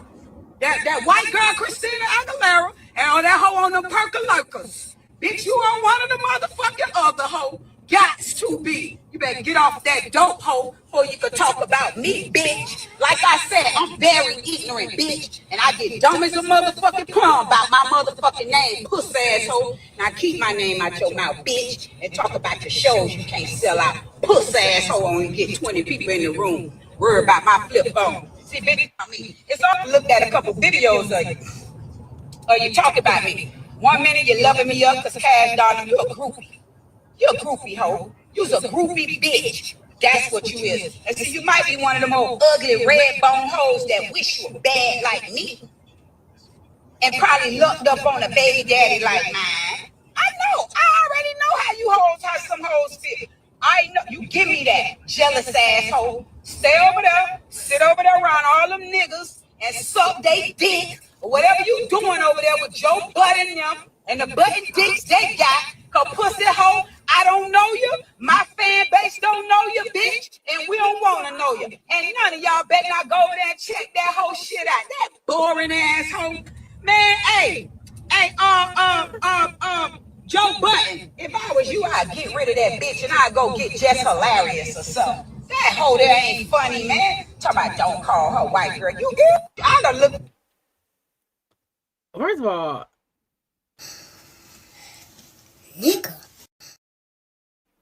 why she cuffed around like that? What happened? Now, that was one part of it, right? Mona then went back and said this. Tia got mad because the club locked up everybody's phone so they couldn't tape, right? I'm a fucking comic. Do she know she... Right? Comedians don't want their sex taped. It's a normal, regular, schmegular kind of situation. You feel me? But if you didn't have any idea about comedy or you didn't... Every time I see Mona, it looked like she's late for an eyelash appointment. I swear to God.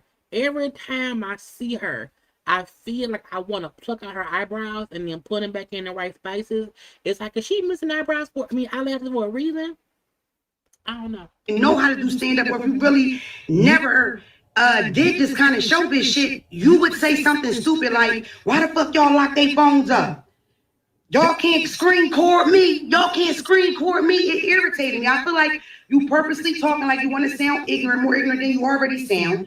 I know the lady not dumb. I know the lady a hustler. Her motherfucking kids went to college. She understands the importance of college. I know she don't talk like that, but she's selling y'all a minstrel show and y'all like it.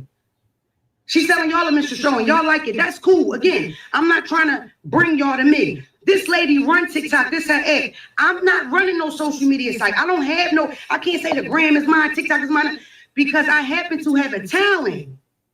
The stage is mine. Tia got mad. All that, I'm half white and the raisins in the potato salad, bitch, you got it. I'm not even gonna go back and forth with you because you don't fucking know me, bitch. That little you white shot, that shit old and dry, that's all y'all got. And every bitch in them comments with her calling me white is bitches that already don't like light-skinned bitches. That's the thing. We beating a dead horse. But y'all both light-skinned. How the fuck would I call somebody to do a fucking tour with you, little head? Why? No, little head. Riddle me this. We doing the same size rooms, babe. City wineries and Zannies and shit. Why the fuck? Listen, if it's that deep, right? Let's go stand up and see who funny for real. You just gotta promise you don't let them niggas on your team write them jokes, boo. That's what you gotta promise. You gotta promise that when you go up there and do stand up, that it come from your fucking brain to your fucking hand to your pen, and that's that. But you can't promise that because you don't do stand up. And more power to you can make a bag without really a talented speaker. But don't come for a bitch that really worked on some shit and came out the street and got it together. Don't do that. And all that. And then Tia said, tell that half white crack ass raisin in the potato salad eating ass hoe. That hoe don't want none of me. And that Mona Love hoe, what's up with her? I just seen a video, that hoe talking reckless about me. Wasn't that hoe just trying to get some money with me? Ain't you managing that boring ass hoe? Can't sell out an arena? Then you just offer me a proposition with this corny ass half white cracker ass bitch. No, she a cracker.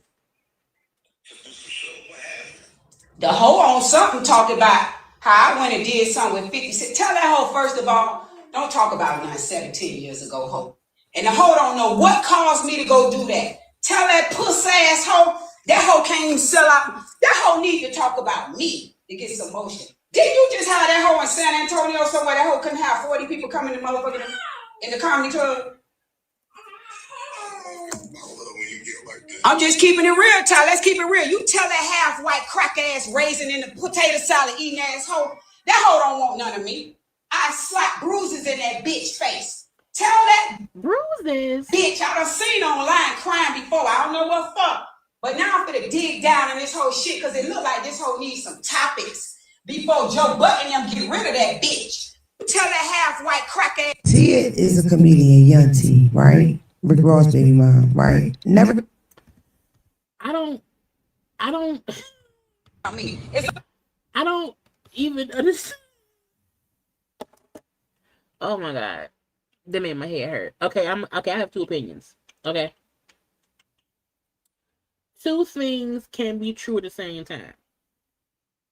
I think Mona, don't call me white girl, has her own lane over there. Over there. Over there. Okay? I think Tia Kemp has her own thing over there. Over there. I don't think the two should meet. I feel like if Mona's issue is Tia ain't no comedian, but she's going into comedian spaces, having comedy shows, but she's acting as if she don't know how comedy shit works. I guess Tia was upset because she had a show and they locked the people watching the show, the viewers, locked their phones up, and so she was upset because they could not record her show. Mona's issue was a true comedian don't want their show broadcast. If you're a comedian doing comedy shows, you're supposed to want them to do that, so that way your shows ain't leaked, from pillar to post or whatever. But I feel like Mona fucked up where she was going into the realm of, oh, Tia not really funny. She not a comedian. She really got famous because she, Rick Ross' baby mama. She then was, went and was hanging out with 50 Cent to get back at Rick Ross. And I'm like, girl, that ain't none of your business. That ain't none of your business. If your issue is, I'm a comedian and I'm getting out the mud, don't fuck it up for comedians. Do your own thing. I get that. But your problem, Mona, don't have white girl. You try to shit on Tia, and Tia then said, it's always a bad body, botch body, big face, bitch at that. Oh, you talking a little too slow for me. I don't know. I said, that a big, why she have to be a big finger? I don't know. But I feel like, one, they do not need to do no kind of work together. I don't know who tried to connect them to work together. That's weird. That's odd. That don't go together. Okay. And sometimes it's okay to do your own thing. It's also okay to not say shit. Now, I do think on the Joe Budden podcast that came on maybe yesterday, today, they went into detail about it or whatever. Like, Mona, girl, leave alone. Because Young T gonna cuss your ass out every time. And we don't need that today. Okay? Eddie Kane just died. Okay? Eddie Kane just died and you're up acting a fucking fool. Don't do it. Okay? Don't do it. Between Young T going off, Tokyo going off, okay? Speedy reading that man for Phil, somebody he is 98% gun, 2% thief. I just want all the people on social media, stay in your own lane. Okay? I'm not a Young T fan. I'm not a Young T hater. I just don't. I feel like, girl, cussing somebody out every day, cool. But what else can you do? And what I do like that Mona said was, she said, if social media goes away, what's your talent? If you can't make money from folks sharing your cuss out videos, what's your talent? And don't bring yourself in the comedy space if you're not trying to be a comedian. Because you then fuck it up for other comedians. You know what I'm saying? But again, Young T gonna cuss you out every single time. And sometimes it just ain't worth it. Now, also some weird ass shit. Y'all, Porsha, girl. Porsha has been dating that lady, Sway the Pro, for a full year. Okay. Now I know when Porsha first was with a pro and Porsha first became a lesbian, we said, girl, is it real?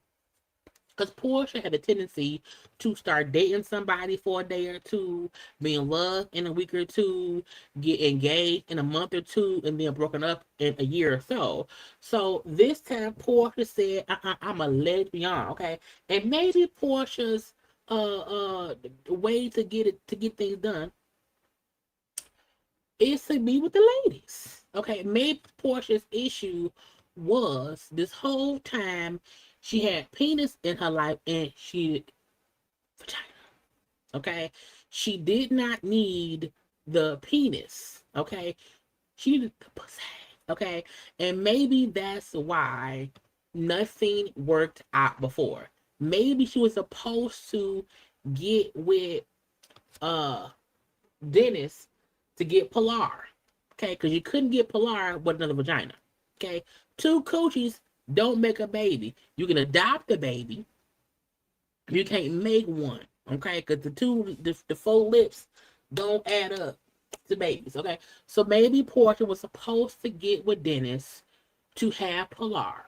Okay, and then that was it. And now she with old girl or whatever. She said happy, and y'all know I'm blocked, so I can't see it. But she said happy anniversary, baby. Sway. Wait, can I go Sway page? Because what if Sway blocked me too? I don't talk about them like that much. But I wanted to Sway put up something. Sway the pro. Okay, the pro. But probably because Porsha blocked me, I may not be able to see it. Because if Porsha posted, I can't see it. Oh no, on Sway page, yeah, Sway don't have nothing around here about Porsha. Okay, like that. Sway keeps her page kind of business minded or whatever. You know what I'm saying? That really be it. It ain't much about Porsha around here. But again, Porsha did tag Sway the pro, okay, in it, but I can't see it. You know why? Because Porsha got me blocked. I didn't even say nothing. And she blocked me.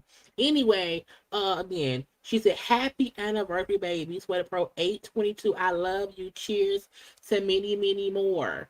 Look, I'm not a Porsha hater. I'm not. I want Porsha to be happy. Okay? And maybe she's found it. I just also have a thought in my brain. It is a thing. A relationship lasts as long as it's supposed to last. So I'm not wishing Porsha to be single.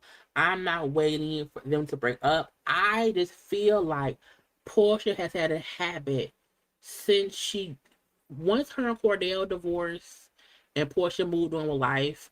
I think Porsha had been searching for who she was. And maybe now she found who she was, a lesbian. Okay? And that might work for her. I hope they're together forever and a day. Okay? 4 days, 4 years, 40 years, whatever. I don't know. Oh, wait, she did. Oh, wait, this is the Porsha thing. Hold on, y'all. I just found it. I was looking, right? So, this is from Clarissa's fight. Okay? Around here. She's holding Porsha's titties. Okay? She's a titty holder. Okay? So Sway wants us to know she holds Porsha's titties and whatnot. So maybe that's why Porsha is more solidly grounded. If the Sway is around here holding her titties. Okay? I don't know. Sway also building a house. Is it the picture on here somewhere? Because, you know, Porsha in that house that she in, they keep in Simon's house. I mean, Porsha paying the bills. But Sway, because I seen it on somewhere. Sway is building a huge house. Okay, I mean from scratch, bitch. And I'm like, maybe Porsha's point is, once Sway house is built, I can move in with, here you go. This is old though. Once the house is built. What? Nobody.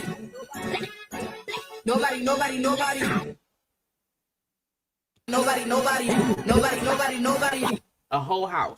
How deep did we say the pool is gonna be? That's what I need to ask. That's a nice little drop right there. Last time we was here, this was just dirt. But as y'all can see, we broke ground on the pool. So we moving and grooving. All right, so this is the pool as you guys can see. The bedroom is over there. This is the dining room, living room area.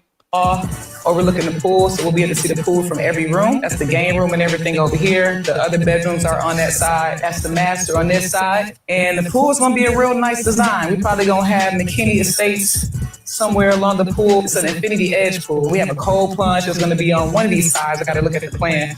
A cold plunge. Again, she built a big ass house. So maybe Porsha is gonna move in to Sway the Pro the house. She gonna sell Sam the house. Keep the profits of Salmon House, and her girlfriend gonna be together. Okay. Either way, congrats to Porsha, Sway the Pro, Sway the Pro, the lesbian slinger. Y'all think Polarno her mama gay? Do Polarno what gay is? I don't know. I'm sorry. Anyway, we don't. I'm gonna say this too. I'm gonna say this. If Porsha and Sway are really together, I'm gonna need to see Sway next season. I am. I feel like if that's your true life girlfriend and y'all have a life together, I'm gonna need Sway to show up to the couples events. Okay, don't just be. I don't want Porsche to have no private life off the show. No. Okay, Jarvis for Kelly need to be on the show. Bring Sway the Pro around here. Whoever Drew banging. Okay, I feel like if you are on that show, I feel like we need to see it. Okay, we don't need to see ball hit a mic no more. We need to Sway the Pro. Okay, when y'all go on a little date, we need to see it. Okay, I'm just saying. But congrats to her and whatnot. Remember Anthony Edwards? Now, Anthony Edwards is the one who has been beefing with the ones of the kids' mamas who wanted all the monies and child support, okay? And she was only granted to pay, I think she was getting the Aisha Howard girl. She only got $3,200 a month in child support. Okay, for that one baby. Well, another woman has a baby by him, okay? This girl, Alexandria, has a 3-year-old son with Anthony Edwards, and he has to pay that baby mama $14,000 a month. Okay, I feel like now this is the question I have. How did one baby mama get $14K a month and the other one got $3,000 a month? Is it a different city, a state, or whatever? So again, he has been ordered to pay $14K a month for a 3-year-old son. Okay, he shares a mirror with Alexandria and admitted under oath that he has never met the baby in person. Okay, and he's not seeking any parenting time, meaning I'm gonna pay you more money to not see that baby. Okay, again, he swore under oath, I ain't never met the nigga. Okay, the baby's 3 years old. Okay, ain't never met him, and I don't have any any thought process of my body to seek parenting time with him. Okay, she lived in New York with her son. The judge reportedly landed on the $14K a month because he apparently makes it says after taking Anthony's finances and lifestyle, he can provide into consideration. A court document lists his current monthly income at nearly $4.8 million a month. Okay. Also, child support without the only being ordered. He must also take out a life insurance policy worth roughly $2.6 million with the mama as the beneficiary. Meaning, if you die, I get $2.6 million. Okay, and he had to pay $2,100 in legal fees. I was like, she got a $2.6 million life insurance policy. She's getting $14,000 a month for a 3-year-old. After he was ordered to pay $3,200 a month for the daughter he has with the girl Aubrey in Georgia. Now, I'm assuming because the laws are different for how it is in Georgia versus how it is in New York. I'm not sure. But if I'm the mama getting $3,200, I'm like, bitch, how I get $3,200? She got 14. How? Now, either way it go, he paying a whole bunch in child support. And this video gotcha. You be paying all this money in child support. And if you lose, if you lose your job, child, you can't afford to pay all this extra monies. Okay, I will be like, bitch. Now again, maybe the girl getting more because he not involved at all, and he like, hey, this what I pay, and get the fuck out of my face. Okay. Now I did see somewhere else the mama said she make maybe $1,000 a month. She's trying to go back to college to get a better job or whatever. But bitch, once I'm getting $14,000 a month, I'm moving to a cheaper city. I'm leaving New York because $14,000 a month is this a good little studio apartment in New York. If I'm getting $14,000 a month, I'm moving to the cheaper city. That's still good. I'm not gonna move to the PJs, okay? But I'm gonna move somewhere where my rent is maybe $4,000. Because that's still $10,000 I can do for childcare. I can do for a maid, okay, for schooling, and you stack that money. If you get $14,000 a month in child support, don't you use all that $14K? You know, for some little. No, you better again move somewhere where your rent is $4,000 or less, and stack the rest of the money. Cool, go to school, get you an education. Cool. But stack that money. Don't you base your life on the $14K. Base your life on $7K. Base your life on $7K. Okay, I'm just saying. But girl, I said, bitch, $14,000. You better get that money. And the girl who got $3,200. All right, bye. Carisha. Okay, Carisha. She around here. And the only reason I'm bringing this up because I kept saying, before that Spin That song came out, I kept on saying, what is Carisha doing? What is she doing, child? And Carisha was on way up with you, and she called me in a deep depression before Spin That blew up. Okay, I was lying in my bed just crying. Okay, I was just crying. You know, I feel like. One, I am happy she's admitting that she was having a hard time in life before the song became a hit. You know, she said the Spin That rapper revealed she's working on a documentary that will trace the highs and lows of her solo run, which began after she parted ways in 2024. It took a lot, like it took so much to get here. That's why I'm okay. That's like I'm like, okay, yes, I'm here, I'm positive, I'm happy because it's like I wasn't always happy and wasn't always what it seems.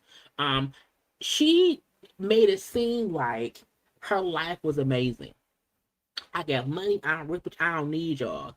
You know, it says Spin That climb to number 17 on Billboard. The T-Time song we hated. Okay. But I don't want to wish depression on anyone. So I'm not, you know, saying that's a good thing. But I feel like I need Carisha to figure out what else she's gonna do. I don't want her feeling like she has to bank on Spin That being that bitch. Okay. Everybody can't be Cardi B. And what I mean is everybody can have hit after hit after any Cardi B song that has came out has been great. But I feel like there can only be one Cardi B. There can only be one Nicki Minaj. I'm saying there can only be one of something. And I just it's not I'm not trying to hate. I'm not trying to hate. I just feel like Carisha is not a talented rapper. And the fact that no one likes to admit that is the reason as to why she was probably depressed. Because I don't think she realized that you might need a plan B. You know, you might really need a plan B or even just a plan C. You know, and I just feel like I hope she's being realistic. Cool, put you out a little documentary about life, or whatever. Cool, that's fine. But I'm like, I don't want. This don't sound mean. I don't mean it to. I just feel like Carisha doesn't have the same it factor in the music realm of space that Cardi has. There's something about Cardi B and her music and the beat and her cadence that is amazing. I also feel like Cardi B has actively worked to improve herself over the years. I feel like Bodak Yellow Cardi B and Aha Cardi B are two completely different artists. And who she is now shows the work she's put in over the years. And I feel like with Carisha in Miami, I don't see any growth in her as an artist from now to when they first came out at all. And I feel like that's why I say I want Carisha to focus on a plan B. Because I don't think Carisha's money making thing is gonna be rapping. I don't. Yes, Spin That, was catchy. But what's next? And the fact that she's saying how, because things got hard for her, she got depressed. And I don't want Spin That to float away and she don't have another thing to, make money off of, and she gets more depressed. And I think that's the issue I have with Carisha. I want her to be great, but I don't think she realizes you need to focus and get better. Like for me, how I used to do my reviews when I first got started and how I am now is completely different. I could never have done 3-hour live shows when I first started. It would have been wrong court. It would have been impossible. I wasn't ready. And now I can do 3-hour live shows after working 8 hours, having a fucked up ass day, and y'all would have no idea. Because I have worked to be able to do this shit. But also, YouTube ain't my full check. My job is. Because YouTube is too fucking fickle. You know what I'm saying? So I feel like Carisha is trying to bet on the music industry and she should not. Because she has not helped herself get better over the years. She's the same. Her flow is the same. She hasn't gotten herself in a better cadence. We know that because of the damn tea time shit. That's what's weird. And I don't think it's a hater's opinion in I don't think I've been a hater by saying I want her to do better and be better and figure out how to evolve. And that may not include her banking on rapping. And again, if she puts out another song or this album and it flops, I don't want her getting depressed. I want her to have a plan B. So that way her end all be all ain't I'm gonna go back to Diddy now because he out of prison. Anyway, I just want her to avoid going back to Diddy. I just need her to avoid going back to Diddy. That's it, that's all. Wendy Williams, child, she was out in New York, right? She got them long legs, child. Anyway, they were talking to her, right? Hey, Wendy. Hey, Wendy. What do you wish people knew about what you're going through? I want out. Now, who this white man put his hand on her back? Okay, who that white man ushered her into thing? Okay, who was that? Why she can't say I want out? Get your hands off me. Good luck. Hope it happens. Who the backpack man?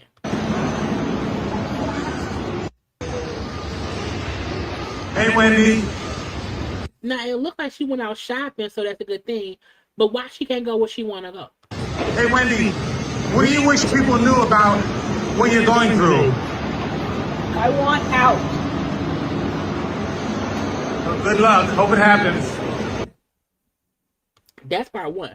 Part two, there's officially, okay, a Wendy Williams documentary coming to Peacock, which was for the TV show. Now, I kept on saying this. I kept on saying, I don't want no new Wendy Williams, I don't want anything following her in her life now. I want her to be out that crazy place that they hold her in, but I don't need a current docu-series on Wendy Williams, you know, her with any dementia. Or I don't want none of that. But I did want a documentary about the talk show. Okay. So it will be on Peacock. Peacock has officially greenlit a 3-part docuseries with the working title Clap If You Care. They're not Clap If You Care. Girl, yes, we care. All the time. Clap If You Care, the Wendy Williams show. The project will look back at the rise and impact of Wendy's show, which went for 13 seasons, from 2008 to 2022. Okay.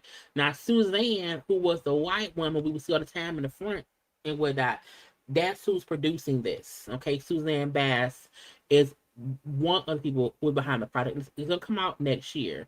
Now, she's still in the court-appointed guardianship, meaning she probably will not be working on it. But I feel like if you have, the producers who work on the show, just some of the staff, maybe even some of the guests who came on throughout the time, it can be very interesting. It's a 3-part docuseries.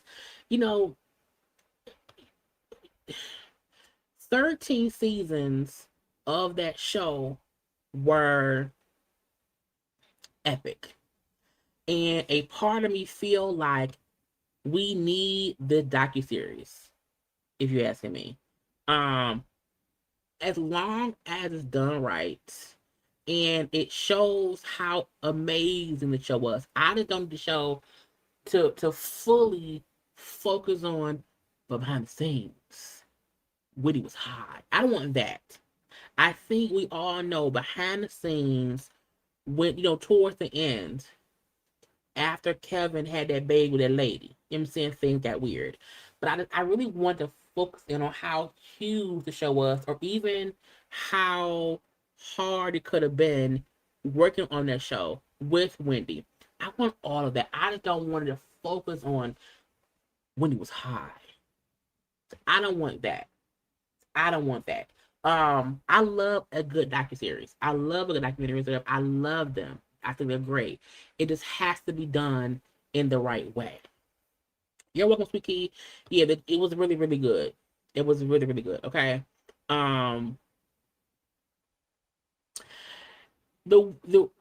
Because Suzanne was a producer on the show, I don't have an issue with it, because I think as much as Wendy was a face of the show, we also knew of Susan. Was her name Susan? Suzanne. We also knew of Suzanne.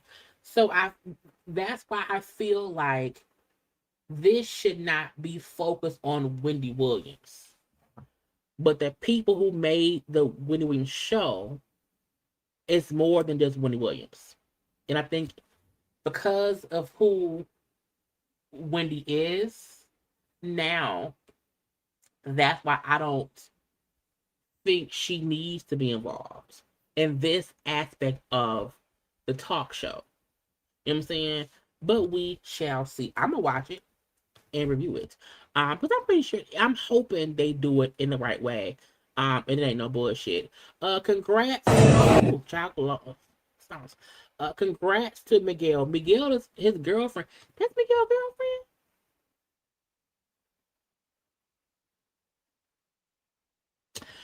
Miguel's girlfriend is pregnant with his second child. And I don't know if she's the mom of the first baby that he recently had. Okay. But Miguel appeared with his girlfriend, Margaret Zhang, who was an Australian filmmaker and creative director, at a screening for a documentary film they both executive produced, called Papa Melissa. Anyway, they had their first child last year. It looked like she's pregnant. that looked like a pregnant belly. So we're gonna say congrats to Miguel. Now Miguel was married to that lady. He was with a lady for a long, long time and had no kids, and got divorced, and he had two. Okay, but is he gonna put some more music on Miguel?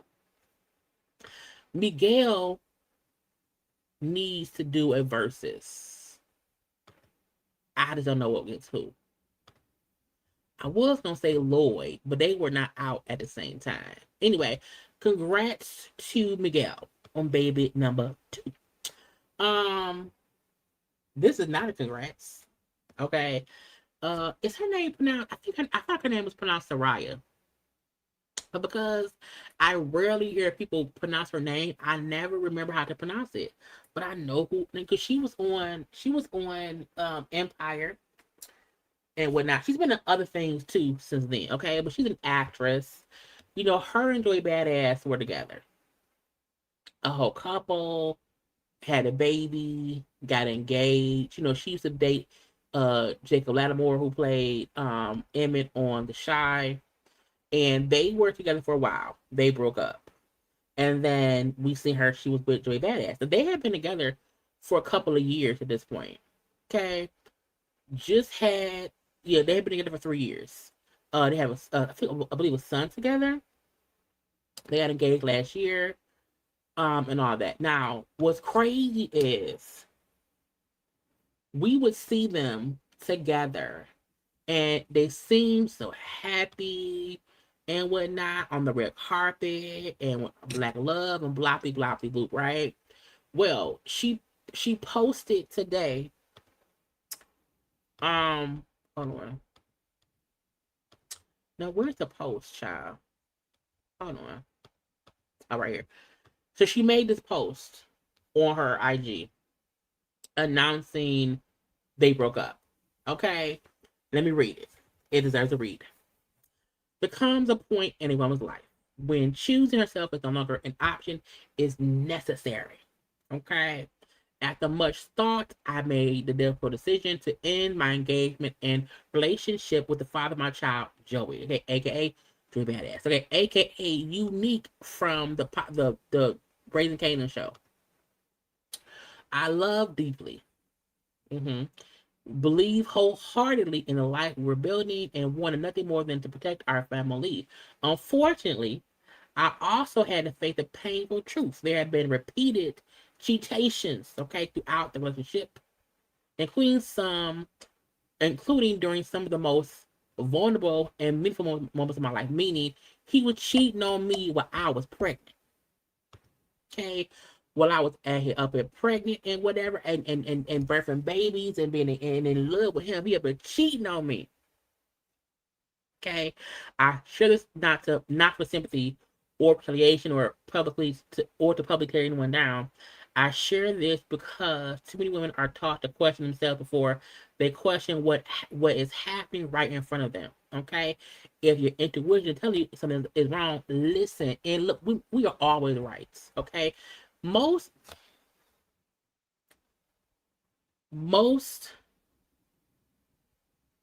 of these men ain't shit. Okay, most of these men ain't shit, and that's what it is. And I think her point is I was fooling myself into thinking it was okay. Her saying, "Don't make yourself smaller to keep someone else comfortable." You bitch, you better. Don't make yourself smaller to keep someone else comfortable. Okay? Don't do that. Love should not require you to abandon yourself, meaning she was shrinking herself. Okay? To make him happy and to keep him. You know what I'm saying? And I like she said, this chapter did not end the way I played it. I prayed it would, but endings can also be beginnings. Now, she made that post, right? She put that out first. And then she said, hold up, wait, where is it? No way.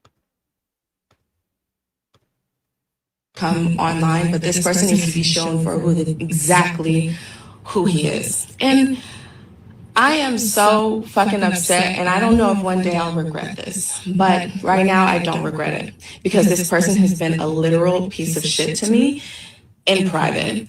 And not even in private, because a lot of people publicly know, family knows, and everything, but this person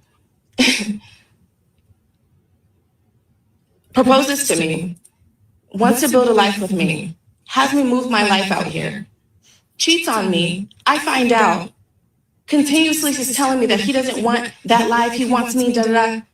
Then proceeds to be out with people. And yes, I have my receipts. I have my fucking receipts. But you guys will know who the fuck this is. And I don't want this to be a confusion any longer. There's no podcast he can get on, sweet talking the world. It's over with. I've never been the type to come online, but this person needs to be shown for exactly who he is. And I am so fucking upset, and I don't know if one day I'll regret this, but right now I don't regret it because this person has been a literal piece of shit to me in private. And not even in private, because a lot of people publicly know, family knows, and everything, but this person proposes to me, wants to build a life with me, has me move my life out here, cheats on me. I find out, continuously is telling me that he doesn't want that life, he wants me, da da da. Then proceeds to be out with people. And yes, I have my receipts. I have my fucking receipts. But you guys will know who the fuck this is. And I don't want this to be a confusion any longer. There's no podcast he can get on, sweet talking the world. It's over with. And the reason, so one, I feel like her saying, I moved here to be with him. I moved my life to be here with him. Because when her and Jacob broke up, and a little bit after they broke up, and when people kept asking what happened between them, they both kind of said in their own ways. She wanted more of a commitment. Like, marriage, kids. Jacob didn't want that at the time. So they broke up. You know what I'm saying? I think she probably made it clear to Joy, hey, I want marriage, kids, and all that. And I think Joy made her think he wanted that too. We had a baby, boom, let's get engaged, boom, all these things. Move to be here with me or whatever. And she now knows, yeah, he's telling me he wants these things. He's telling me these things, but he ain't doing that shit. And then when she said he can't, there's no podcast, he can go on to sweet talk the shit. Okay. This is why. I'm not saying that kids make you want to have financial discipline, but it definitely put that battery in your back. Like, yo, if I ain't had it together then, like, I definitely got to get it together now because, it's not just about us, or it's not just about the moment that we living in. We got to think 20 years from now. You know what I mean? Like, what kind of position, do we want our children to be? Because, we get into the conversation about breaking those generational curses, right? Like, and the whole time he talking, and she like,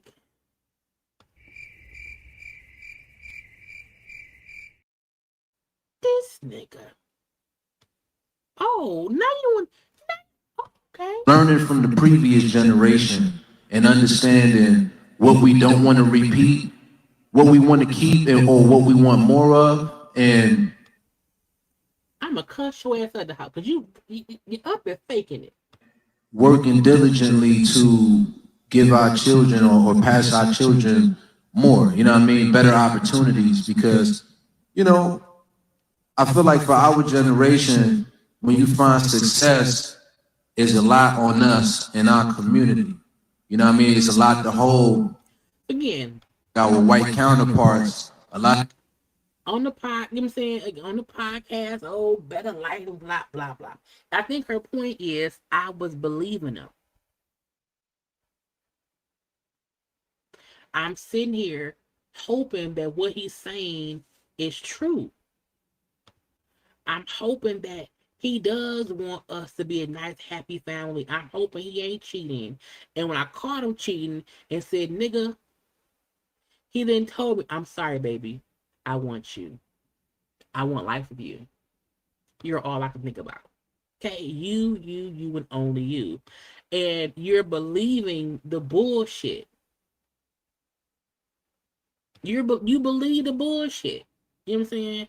And then one day you wake up. One day you wake up and on I've that been the day, type to come online, but this person needs to be shown for exactly who he is. Because if you continue to allow people to have the joy of your silence, they get the fuck over the people. And if we look at him as, oh, he was so good to her, they had a great relationship, it just didn't work out. You know, and her point is, he's been treating me like shit behind the scenes because I don't usually say nothing. Again, when her and Jacob broke up, she never said anything. It ended, and they were a public couple. You know what I'm saying? And so I think Joey probably figured she not gonna say shit. You know, she ain't gonna say nothing. What's the house party?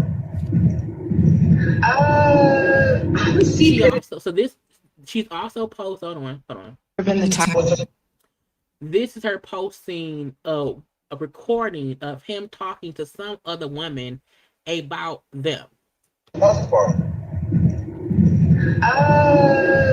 See, because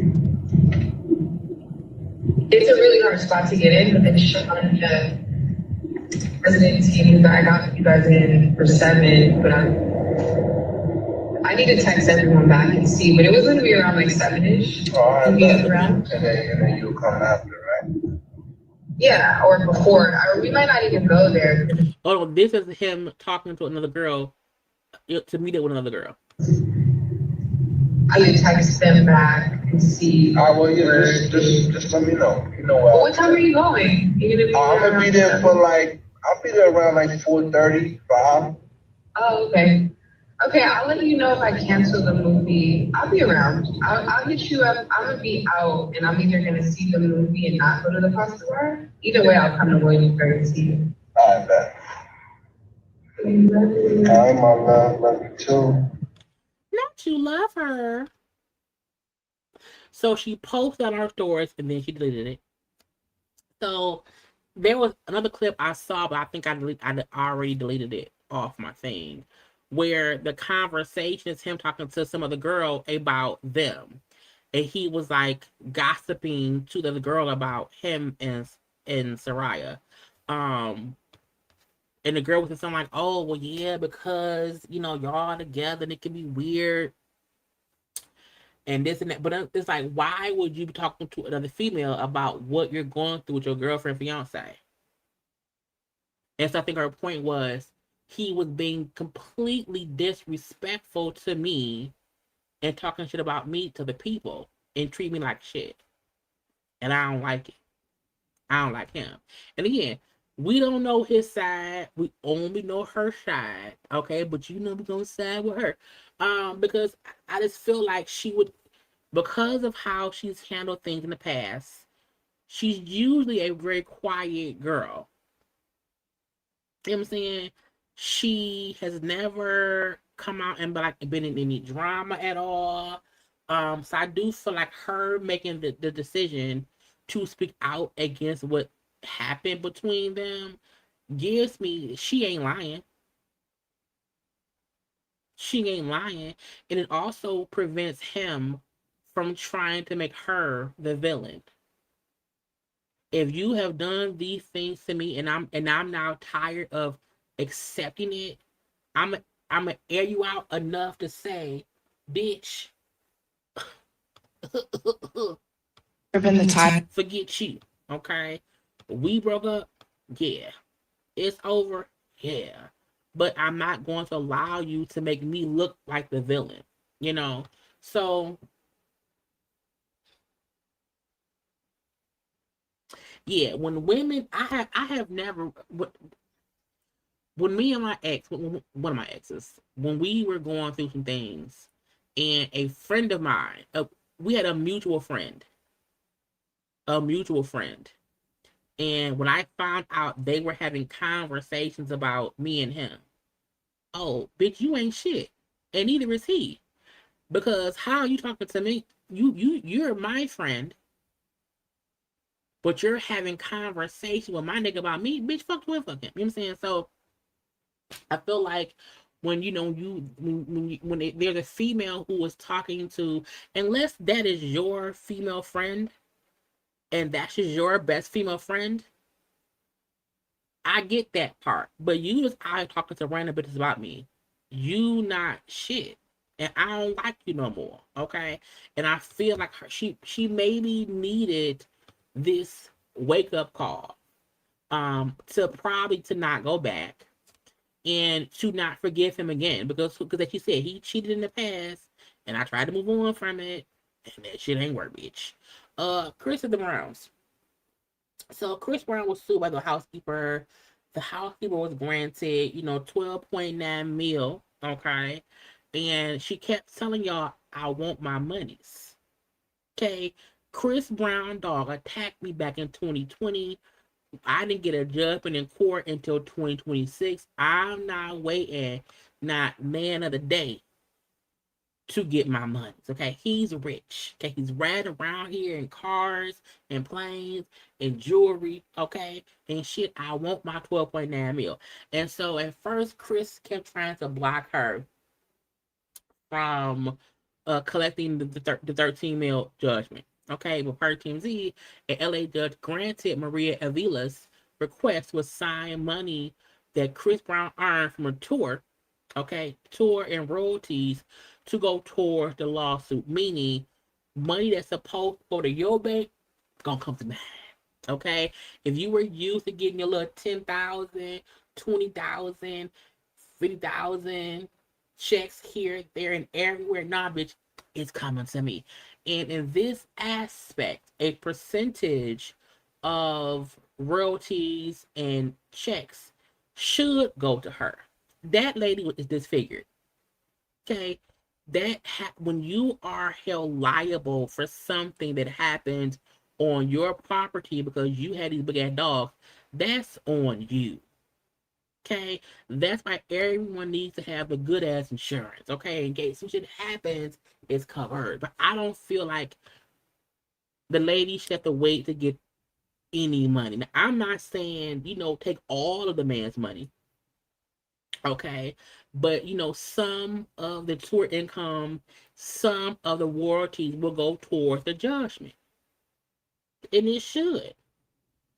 I don't think Chris Brown should be able to, because this is my thing. This is not a thing from think, well, maybe Chris Brown ain't liable. No, it was on your property. She was your housekeeper, and them dogs were there under your order. Even if those were your security dogs, you knew them dogs was around there. Okay?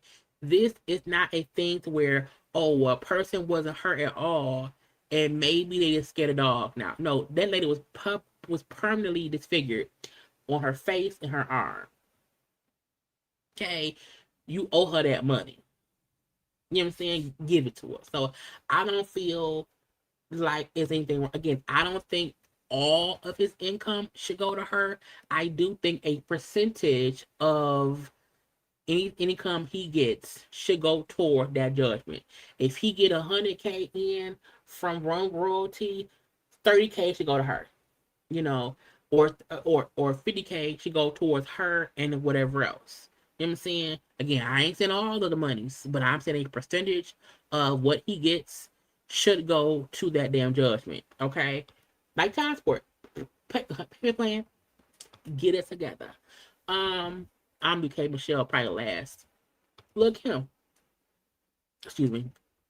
Lil' Kim is bringing her album Hardcore to Brooklyn with a full orchestra. Okay, the rap icon will headline Lil' Kim's Hardcore Symphony. Okay, at Brooklyn's King Theater on November 19th, 2026. Okay, it's a one night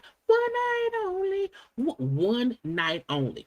Okay, a one night only concert will feature the Philharmonic Orchestra blending live symphonic arrangements with Kim's hip hop sound. Now, this is the thing.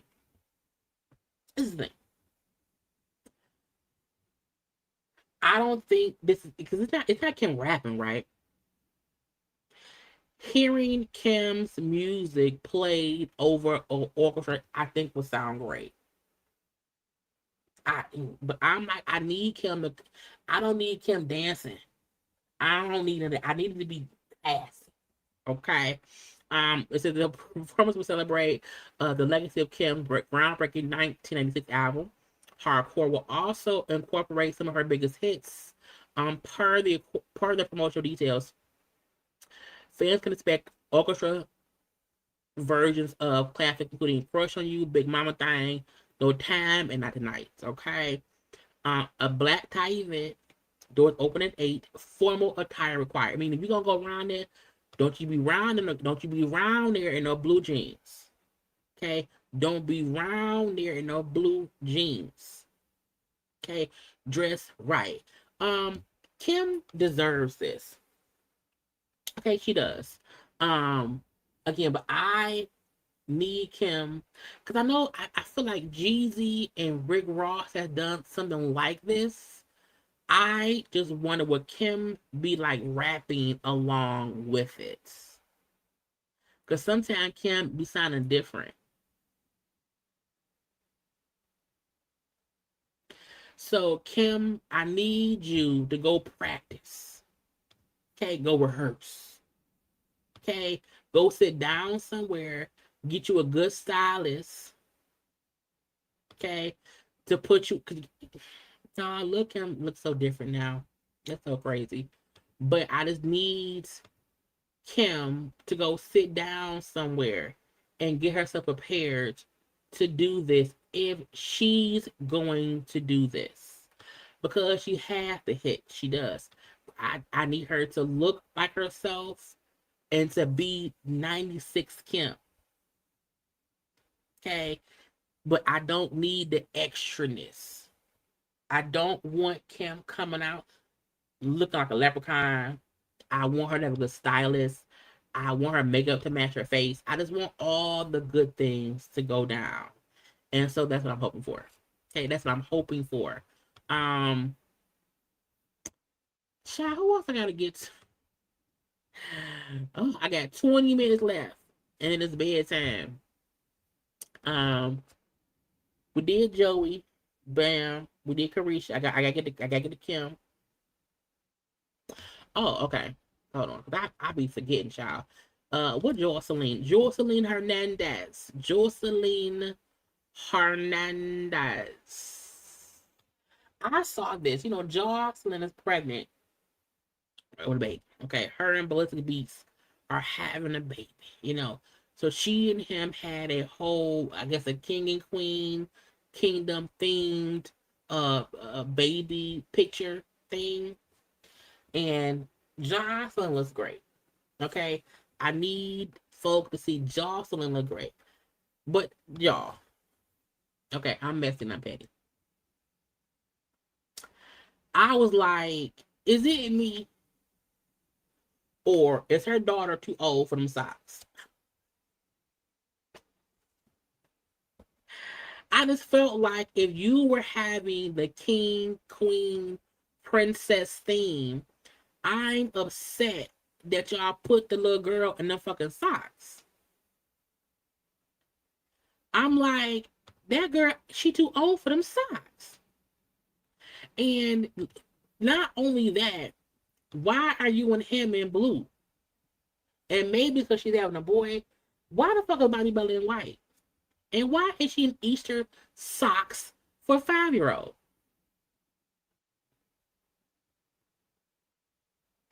I don't get it. I feel like Bonnie Bella don't match. It's almost like Ballistic and Jocelyn did a photo shoot. And they then imposed Bonnie Bella in later on. I was like, why is she not in something also blue?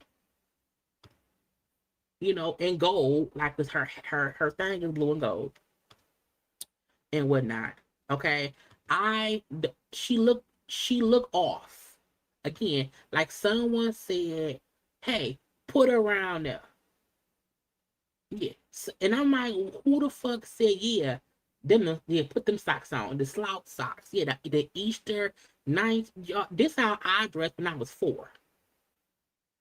I'm pretty sure I had slouch socks at 4. But I'm like, it just don't match. It don't match. To me, Ballistic and Joseline look regal. And Bonnie Bella look like Cinderella. Like she's up in the attic. You know, impossible. Okay. Wait, no, Whitney Houston. How got him up? What is going on? But it's a candle. It's like on this picture, there's a candle. It's a candle on the floor. I don't know why a candle on the floor under the thing. That's how fire start. Don't know why. But yeah, I was like, Jocelyn, she looks great. She looks healthy. A new baby, bitch. But I said, who put Bonnie Bella in an Easter suit?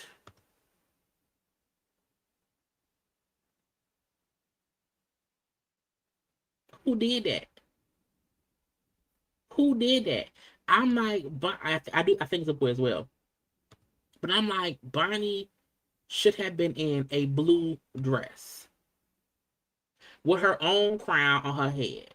But having the parents and I'm sorry, having, you know, and kudos to Ballistic Beats for being a great, father to Bonnie Bella. You know what I'm saying?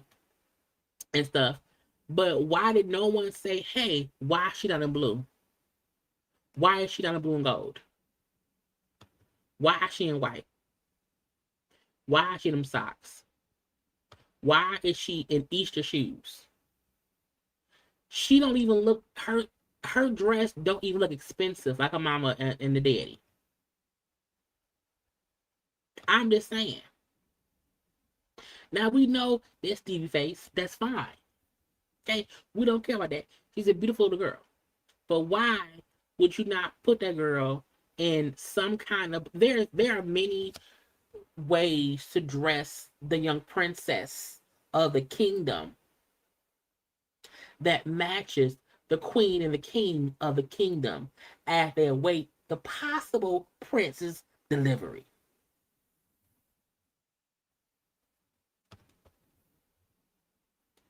Just saying. Okay? But congrats to them. Congrats. But I said, I said, bitch, who put them socks?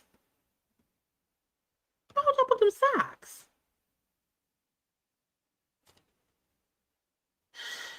Because how old is Bonnie Bell? She's 9. She's 9. Child. Anyway.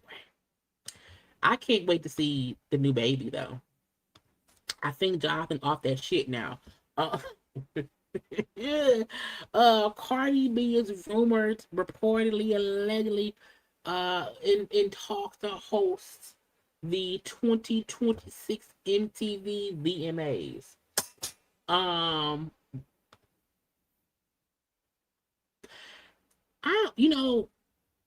Cardi is funny, but I don't know about Cardi as a host. We're gonna see. Okay? But if it's to happen, cool, fine, and whatnot, you know what I'm saying? They're supposed to air September 27, 2026, live at 7:30 p.m. Okay? We shall see. I can see, Cardi's having a good year. Cardi's having, Cardi, being pregnant at the end of the year, having a baby at the end of the year, starting this year off with her tour. The album did great. You know what I'm saying? Cardi been busting. So if MTV, chooses to have Cardi be the host, I mean, I guess. Because Cardi, it'll be great. It'll be fine. Cardi did pop out at Clowney's show, and then she did Aha. It was cute.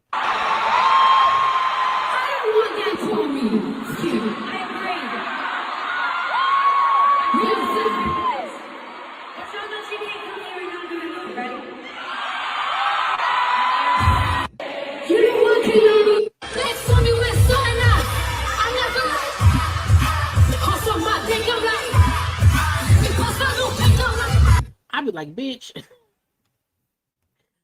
look, that song is amazing. That song is amazing. Look, bitch, come on, I'll be hyped. You hear me? Also, y'all know, hold on, let me, I'm a bit messy. A little bit messy. Y'all know, I still follow Melody Cherie, okay, who used to be on, Love and Married Huntsville, child. And y'all know, they keep promoting that new little season with coleslaw around there, okay? And Mel was out here like, bitch, what? You know what I'm saying? Let them know, you can't floss on me, ho. Okay, I'm around here in my Mercedes and whatever with the monies, okay, with my heels on, okay. I don't care what nobody to say. And she did Cardi B a hot song. Okay, let them know, bitch, I had time for y'all. Then, okay, she had put up this too, little billboard. Okay, I hide the competition, okay, because Mel still be selling her stuff, her 7th Avenue Beauty stuff, okay. And she said, bitch, it's still me, okay. Then today, was it today? Yeah, today, okay, her and Big Sexy, I said, I can't go this song, but I said, you, Belle, I said, not she got the shortcut back. Mel put the short cuts on, came looking amazing, body snatched. Okay, looking good, bitch.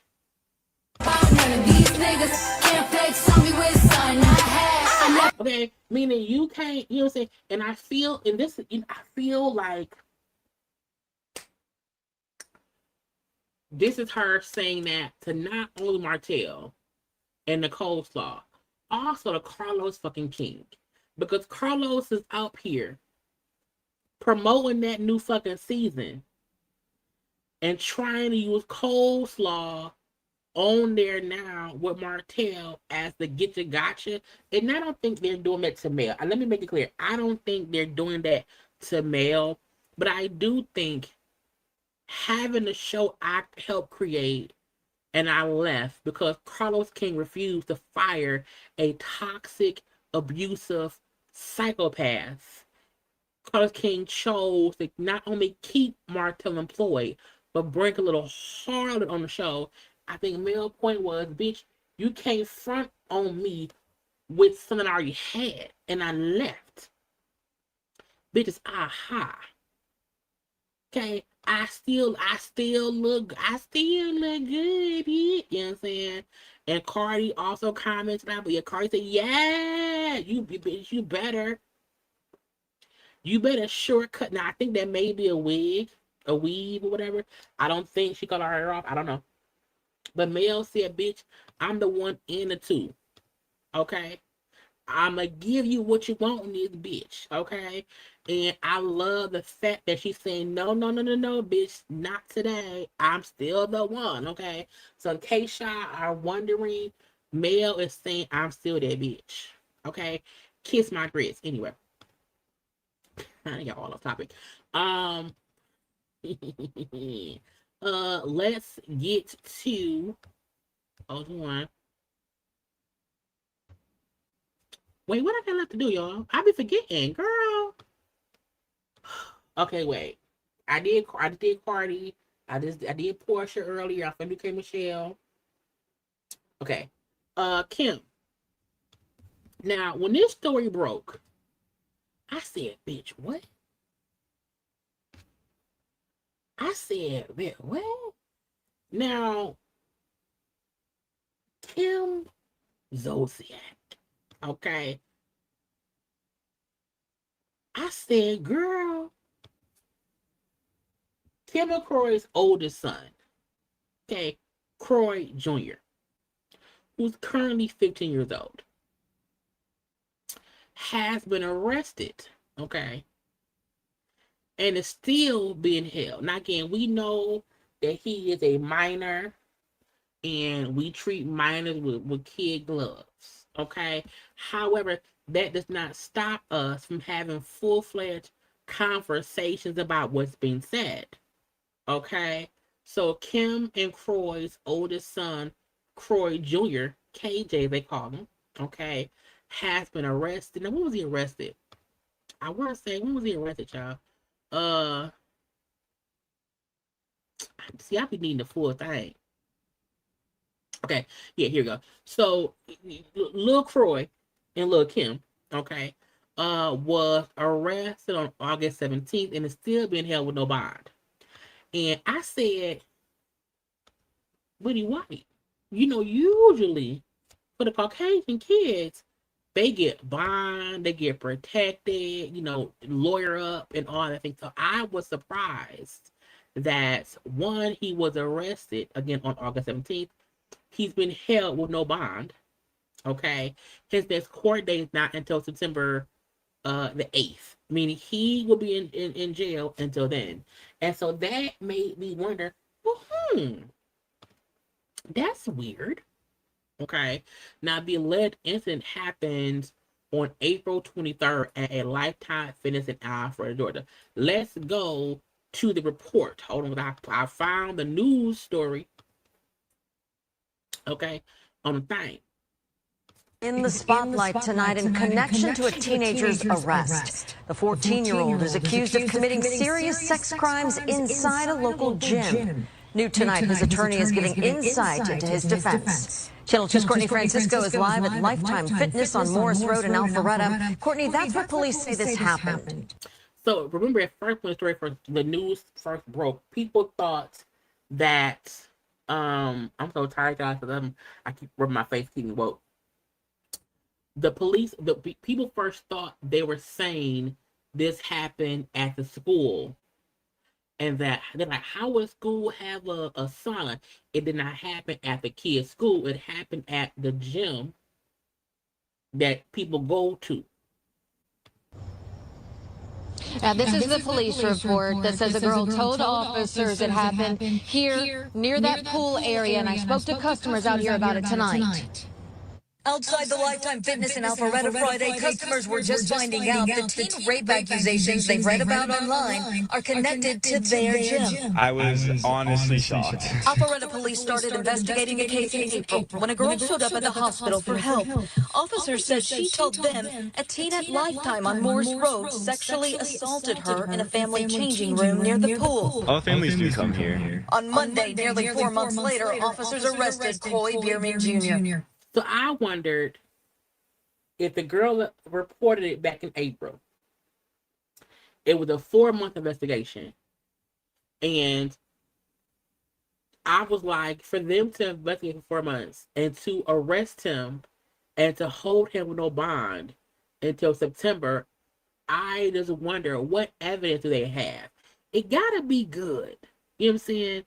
Because I just don't think they would hold someone with no bond unless they had some kind of, because to me, it has to be some kind of evidence outside of her saying it happened for them to arrest him, hold his ass until September, in my opinion. If they just had the girl's accusation, I think he would have been arrested and then put on bond or bail. So my thought process is, I'm saying, what do the police know?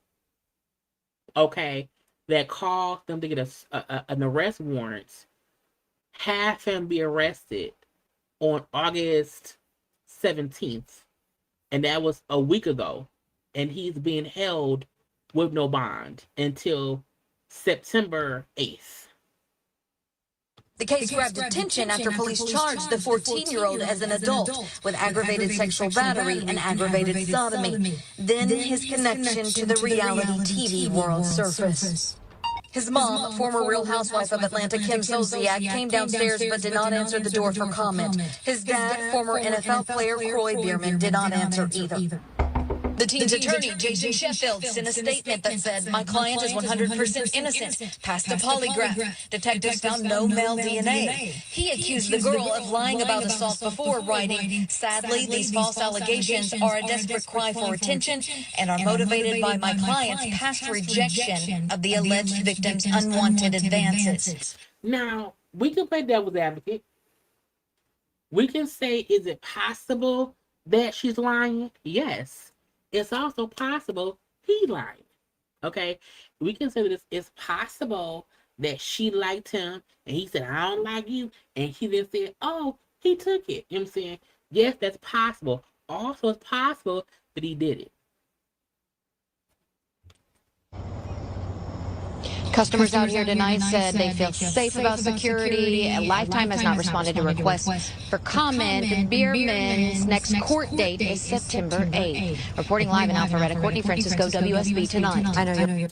And that's the thing. They not holding his ass for nothing. You know? And that's when I was like, let me go on the news article. Okay? So now while I feel like, what aggravated me the most was Kim's response to this. Now, the girl said he forced me to perform, okay. And she also accused him of digitally, okay, inserting himself in her, okay. So, and allegedly it happened on one day, and the girl didn't say anything until the following day. So, them saying, "Oh, well, there was no male DNA on her body." Well, because allegedly it happened, she didn't go to the hospital, to the police until the following day. So I don't know if there would be DNA the following day. They always say this as well. When something happens, when you are assaulted, the only way to connect DNA is if you don't shower, don't brush, all of that. Because if you shower, brush, and wipe it off, it's all gone. So it's very possible that she brushed her fucking teeth. So their response is saying, well, there was no male DNA on her body because she probably cleaned it all off. Okay. It's a 15-year-old girl. Kim said, we denied the accusations. My son took a polygraph test.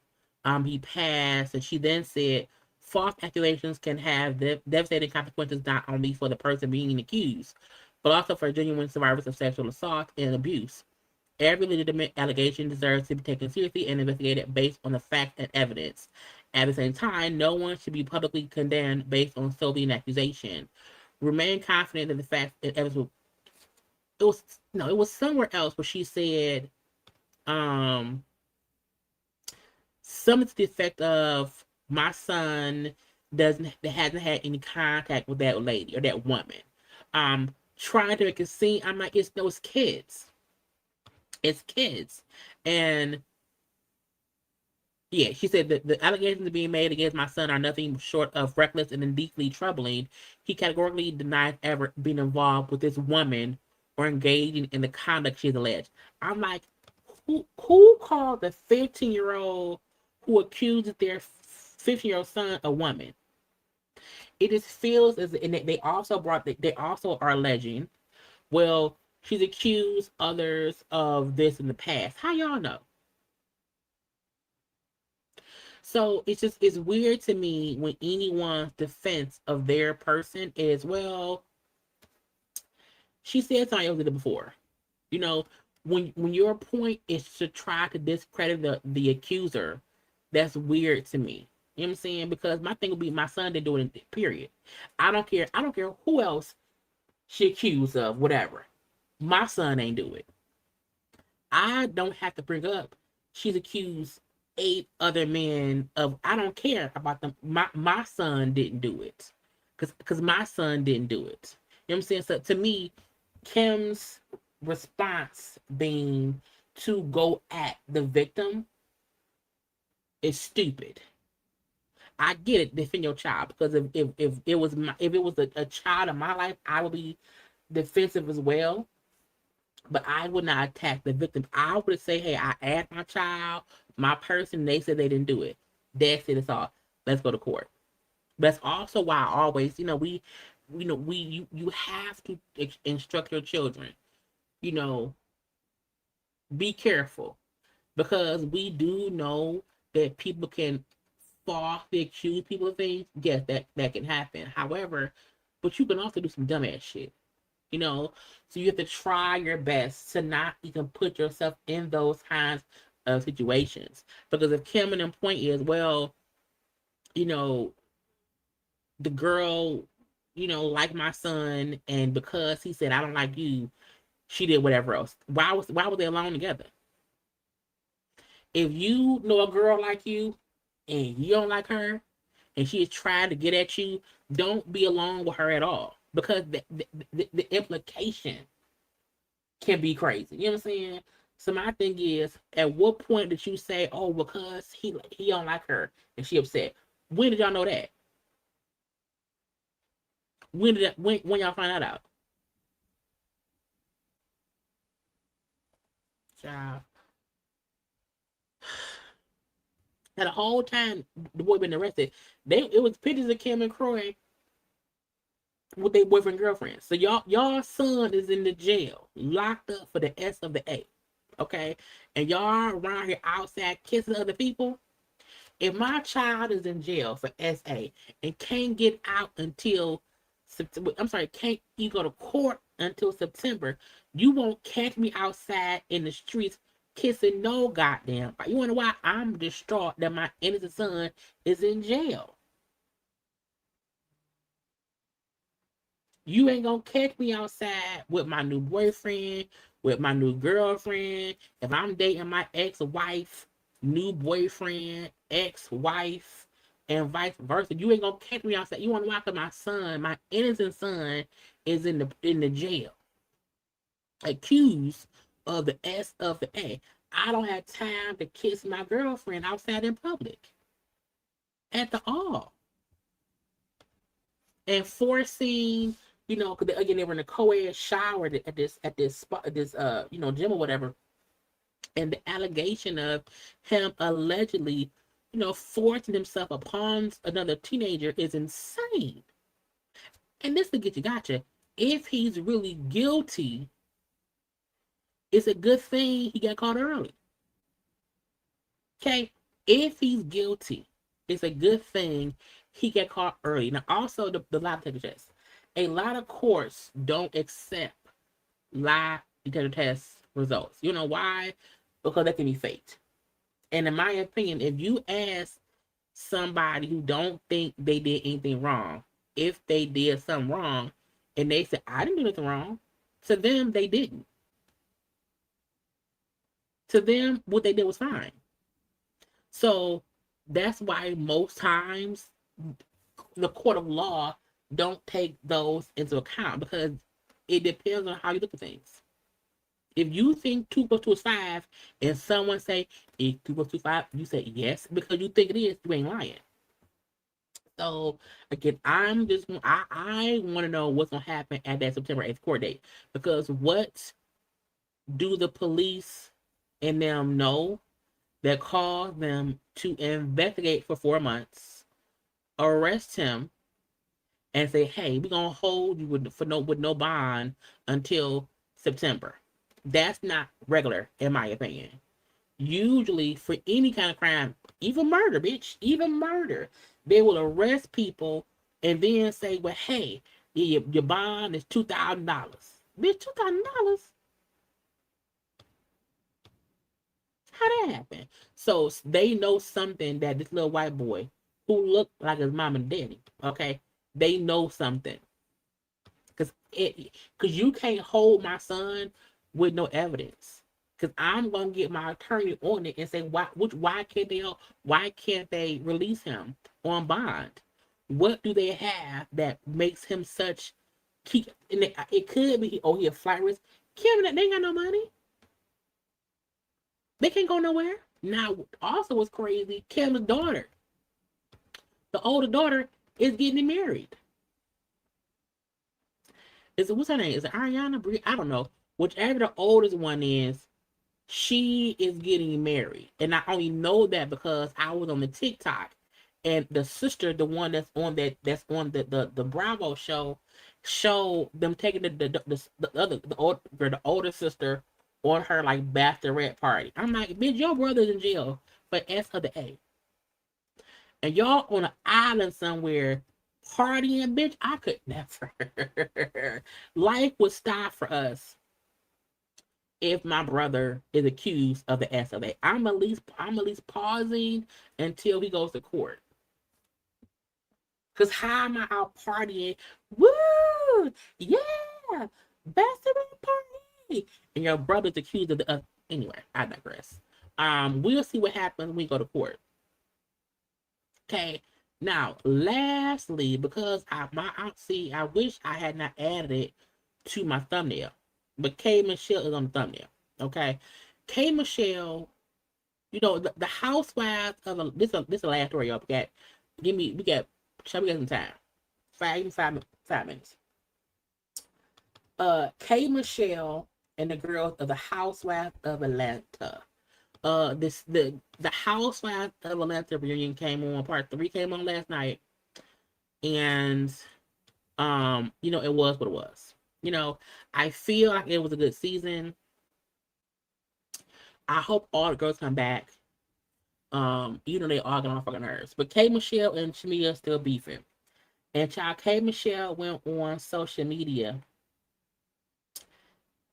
and was talking cash shit. And I had to piece together all the stuff she said. Because I'm like, what is she talking about? Okay, what is happening? So y'all, just go ahead and listen. I'm just sitting here, y'all, me and my friends, and Kima with me, everybody with me. And because remember, K Michelle issue was Shamia made it seem as if I was upset with Candy. Shamia made it seem as if I kept calling Candy to me. Shamia was making it seem as if, you know what I'm saying, I want to fight her. And then Candy was making it seem as if I'm a mean girl. So it's all that. We're going to get into it. you know, my mama come and lean over me. And she say, stop trying to make my daughter be friends with the other one. Because the other one is a Jezebel like her mama. Jezebel, lady? Jezebel. Child. Miss Shamia had me fooled. Shamia had me fooled for a good one, honey. I don't like nobody to be bullied. I don't like anybody to feel like an outcast. And if you watch me through the show the whole time, I keep saying, well, I want to make sure ain't nobody bullied. I want to make sure ain't nobody bullied. But it's like people seem to have looked over me saying that. When my own castmates kept saying, it was their running joke. They kept saying that I was the only one taking up for Shamia like that. So I really felt like, in my heart, I was, for the first time, hanging with a female and really being a female's friend. And I'm going to listen to her, and I'm going to have her back. And I'm not going to let anybody mess with my friend, okay? So as I'm watching, and the season goes on, I'm just watching and watching. There are a lot of things that I'm paying attention to that don't make sense at all. What doesn't make sense is you constantly telling me, oh my God, I hope you're loyal to me. Because my friends don't want me to be your friend. Bitch, I don't care. Bitch, I don't care. I don't care who wants you to be my friend. I'm barely your friend. I didn't come to you to be my friend. You came to me. So, every time you get drunk, you want to cry about your ex-friend. And every time you get drunk, you want to make me feel like I have to have allegiance to you in this friend circle. Honey, I'm from Memphis, Tennessee. I'm a grown woman. Don't nobody leave me. College educated, her own queen. TV shows, albums, all that. That ain't got nothing to do with it. What got to do with that and what I'm trying to prove is I'm a leader. TV shows, albums, all that. That ain't got nothing to do with it. What got to do with that and what I'm trying to prove is I'm a leader. And I don't have to be led by anybody. So, for you to keep saying to me in front of the assistant, see, this is where the proof starts. In brother, assistant, and everywhere. You keep telling me to be loyal to you over and over again. I don't have any plans but to be nothing but nice to you. Like, you know what I'm saying? Like, I like you. I think you're a cool chick. Whatever. But at the same time, I'm going through my own stuff. I was going through surgery, tubes, everything coming out me. I'm going to be your friend, but I can't get in all your nonsense. This is my first season, first time being in this girl group. You know, I don't want to be in no mess. So, I'm still your friend. I'm still your friend. All the way down to let's wear matching pajamas. That's where you push the bitch. I never wear no matching pajamas, bitch. I ain't that type of girl.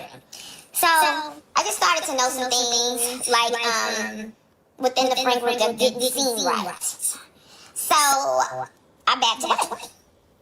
I didn't tell nobody, I didn't do nothing. I backed away. I just spent my summers hanging with Kelly. And I don't think anyone will ever understand what a thorough woman Kelly is, honestly. So I spend my days minding my business, doing my work, actually having a career, doing things, okay? Getting ready for the album. And I just don't want to be around you no more. And we'll talk about those things after Sunday's reunion. Some more. So I don't think she said much about what happened since the reunion happened. That was last night. But, yeah. So, imagine you minding your business, you and your assistant, y'all want to go out to eat. So you go out to eat, a couple other people go, and your friend, Shamia, calls me and she says, hey, we're done with the concert. So get this right. We dropped Shamia off at the concert, okay? Why? This is where she says, I asked to go. Y'all, I don't mean no disrespect, but look at me. Think about how I act. I have a blaze. You just have to know me. Y'all know damn well I ain't asked to go to no Charlie Wilson concert with no Kenya. For what? No disrespect, but for what? Like, all you got is me. That's a lot. So I still don't say nothing. I still don't say anything. I'm still trying to deal. And this and that, and I really just didn't get tired until her Carlos King interview where she acted like I was lying. And she literally said that I asked to go to a concert with Candy now. And when I couldn't come, I was mad. Bitch, who are you talking to? Oh, let's get on the phone call first, right? I had to add in the part here. I had to piece it together. So, when her mama leaves and we all leave this club this night, I'm like, I never want to hang with this lady again. Something is wrong, okay? So, I'm staying my distance. She calls me and say, hi, Candy knew that I was saying that or whatever. I said, what, Shamia? Well, I was just saying, I'm sorry if I hurt your feelings, because you know, you was upset and you was crying. I was just saying that y'all would get along so much. Y'all would be the best of friends. Y'all talented, you're pretty, she like you like her. I'm like, what does this have to do? Why are you being messy, Shamia? What are we even talking about? Yes, this is a pretty woman. Yes, she has success. Me and this lady have never had a problem. We're in the music industry. We've never had a problem in over 10 years. So what are you doing?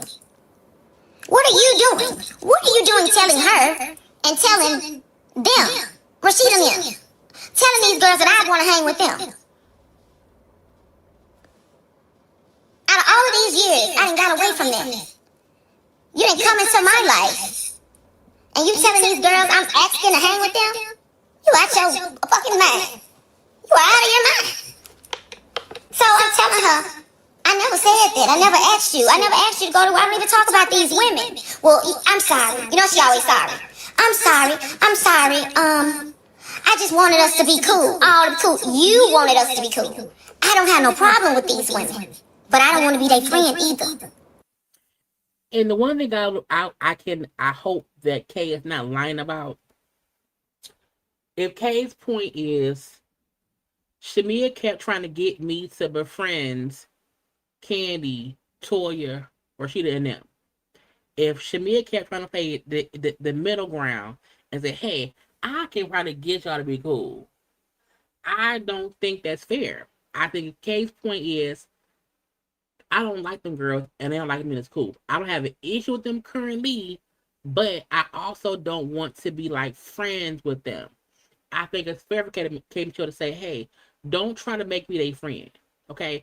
Don't go telling them I want to be cool, because that ain't what it is. And even if you think we can all be friends, that's not what it is. At all. I got my friends. And the heck and the trauma and the years of therapy, even being shook up about being in this group, still is a lot to me. It's a lot for me. And you take that to try to hook me up with them without me asking you? Yeah, that's a bit much. That's a bit much. Leave me out of it. Leave me out of it. So by the time I get to the TV show and we being asked questions, that's when I say, I don't want to hear no more about no candy-coated nights. Candy-coated clicks. That's when that happened, and I said that. There wasn't no disrespect towards Candy. It was just, I'm tired of Shamia talking about this to me. Why is she making this such a big issue? Me and these girls don't have a problem. Shamia, why do you want this problem so bad? And that's my thing, too. I feel like all this stuff happened on camera, behind the scenes, at a little nightclub, at a bar, or whatever. But when we're asking what happened, no one is saying nothing.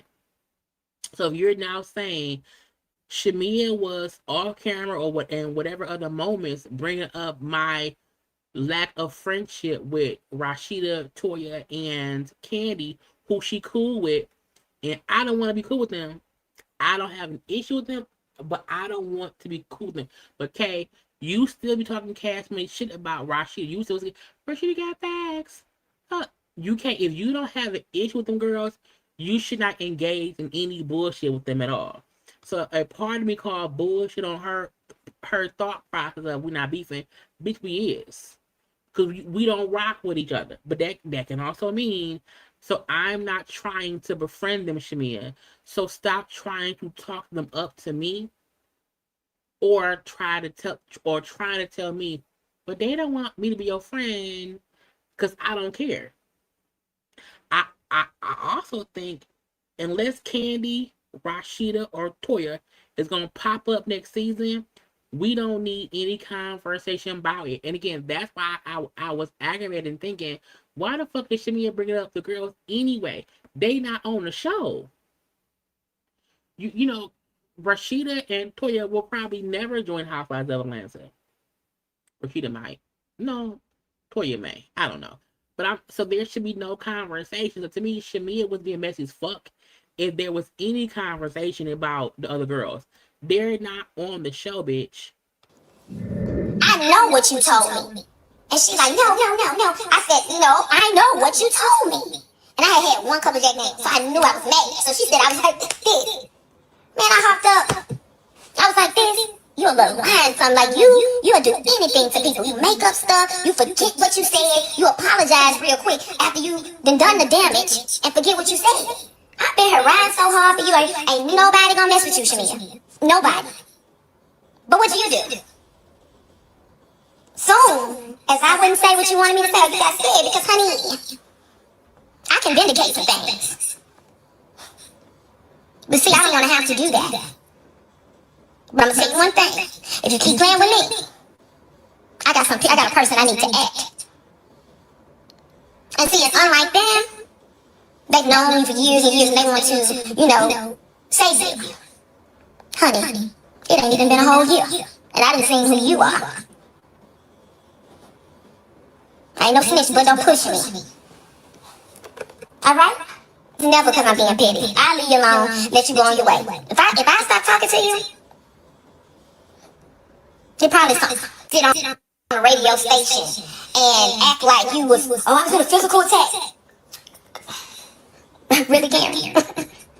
me hopping up, slapping the table, doing this, saying you a liar and you need to get it together?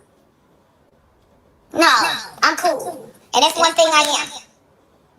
And I take a lot. She crazy. And I can't be a mean girl the way I was bullied through this city about abuse. People wouldn't tell people not to do my hair. Laughing at me like the scarlet letter was on my back when I was in Atlanta. Yeah, so we're gonna stop that.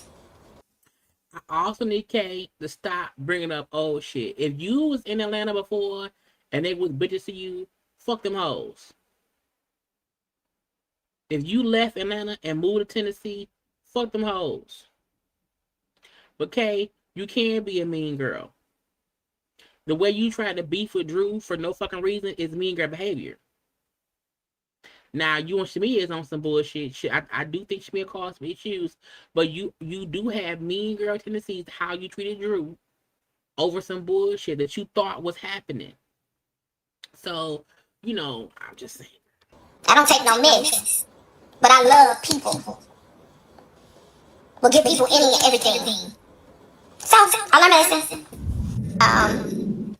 I'm done at this point. I'm tired. At the end of the day, I think all the girls will be back next season. I feel like Kay and Shamia will have a beef that will be, truthfully, Kay, Michelle, and Shamia beefing could keep Shamia on the show. Because Porsha not gonna beef with Shamia no more. At all. So Shamia cannot beef with Kay Michelle over whatever. Child, but none of it needs to be about Candy, Rashida, or Toya. Because they're not gonna come on the show. Now, if they do a scene, okay, if Kay Michelle say, hey, let me meet up with Candy and Candy bring Rashida and Toya, then cool. But if not, leave them hoes off the show. And I'm done. Okay? 3-hour tour, done. Okay? Y'all make sure that y'all have liked the video. Subscribe to my channel and all those things. Child, we often go to bed this after midnight here. And I'm sleepy. But I love y'all, and I'm try to come live tomorrow because I was gone for a couple of days. I'm gonna try my best this week to come to y'all more than this one day. So tune in tomorrow 9 p.m. We'll see what else we can get into. But I love y'all. Go to bed now. I gotta go. Bye.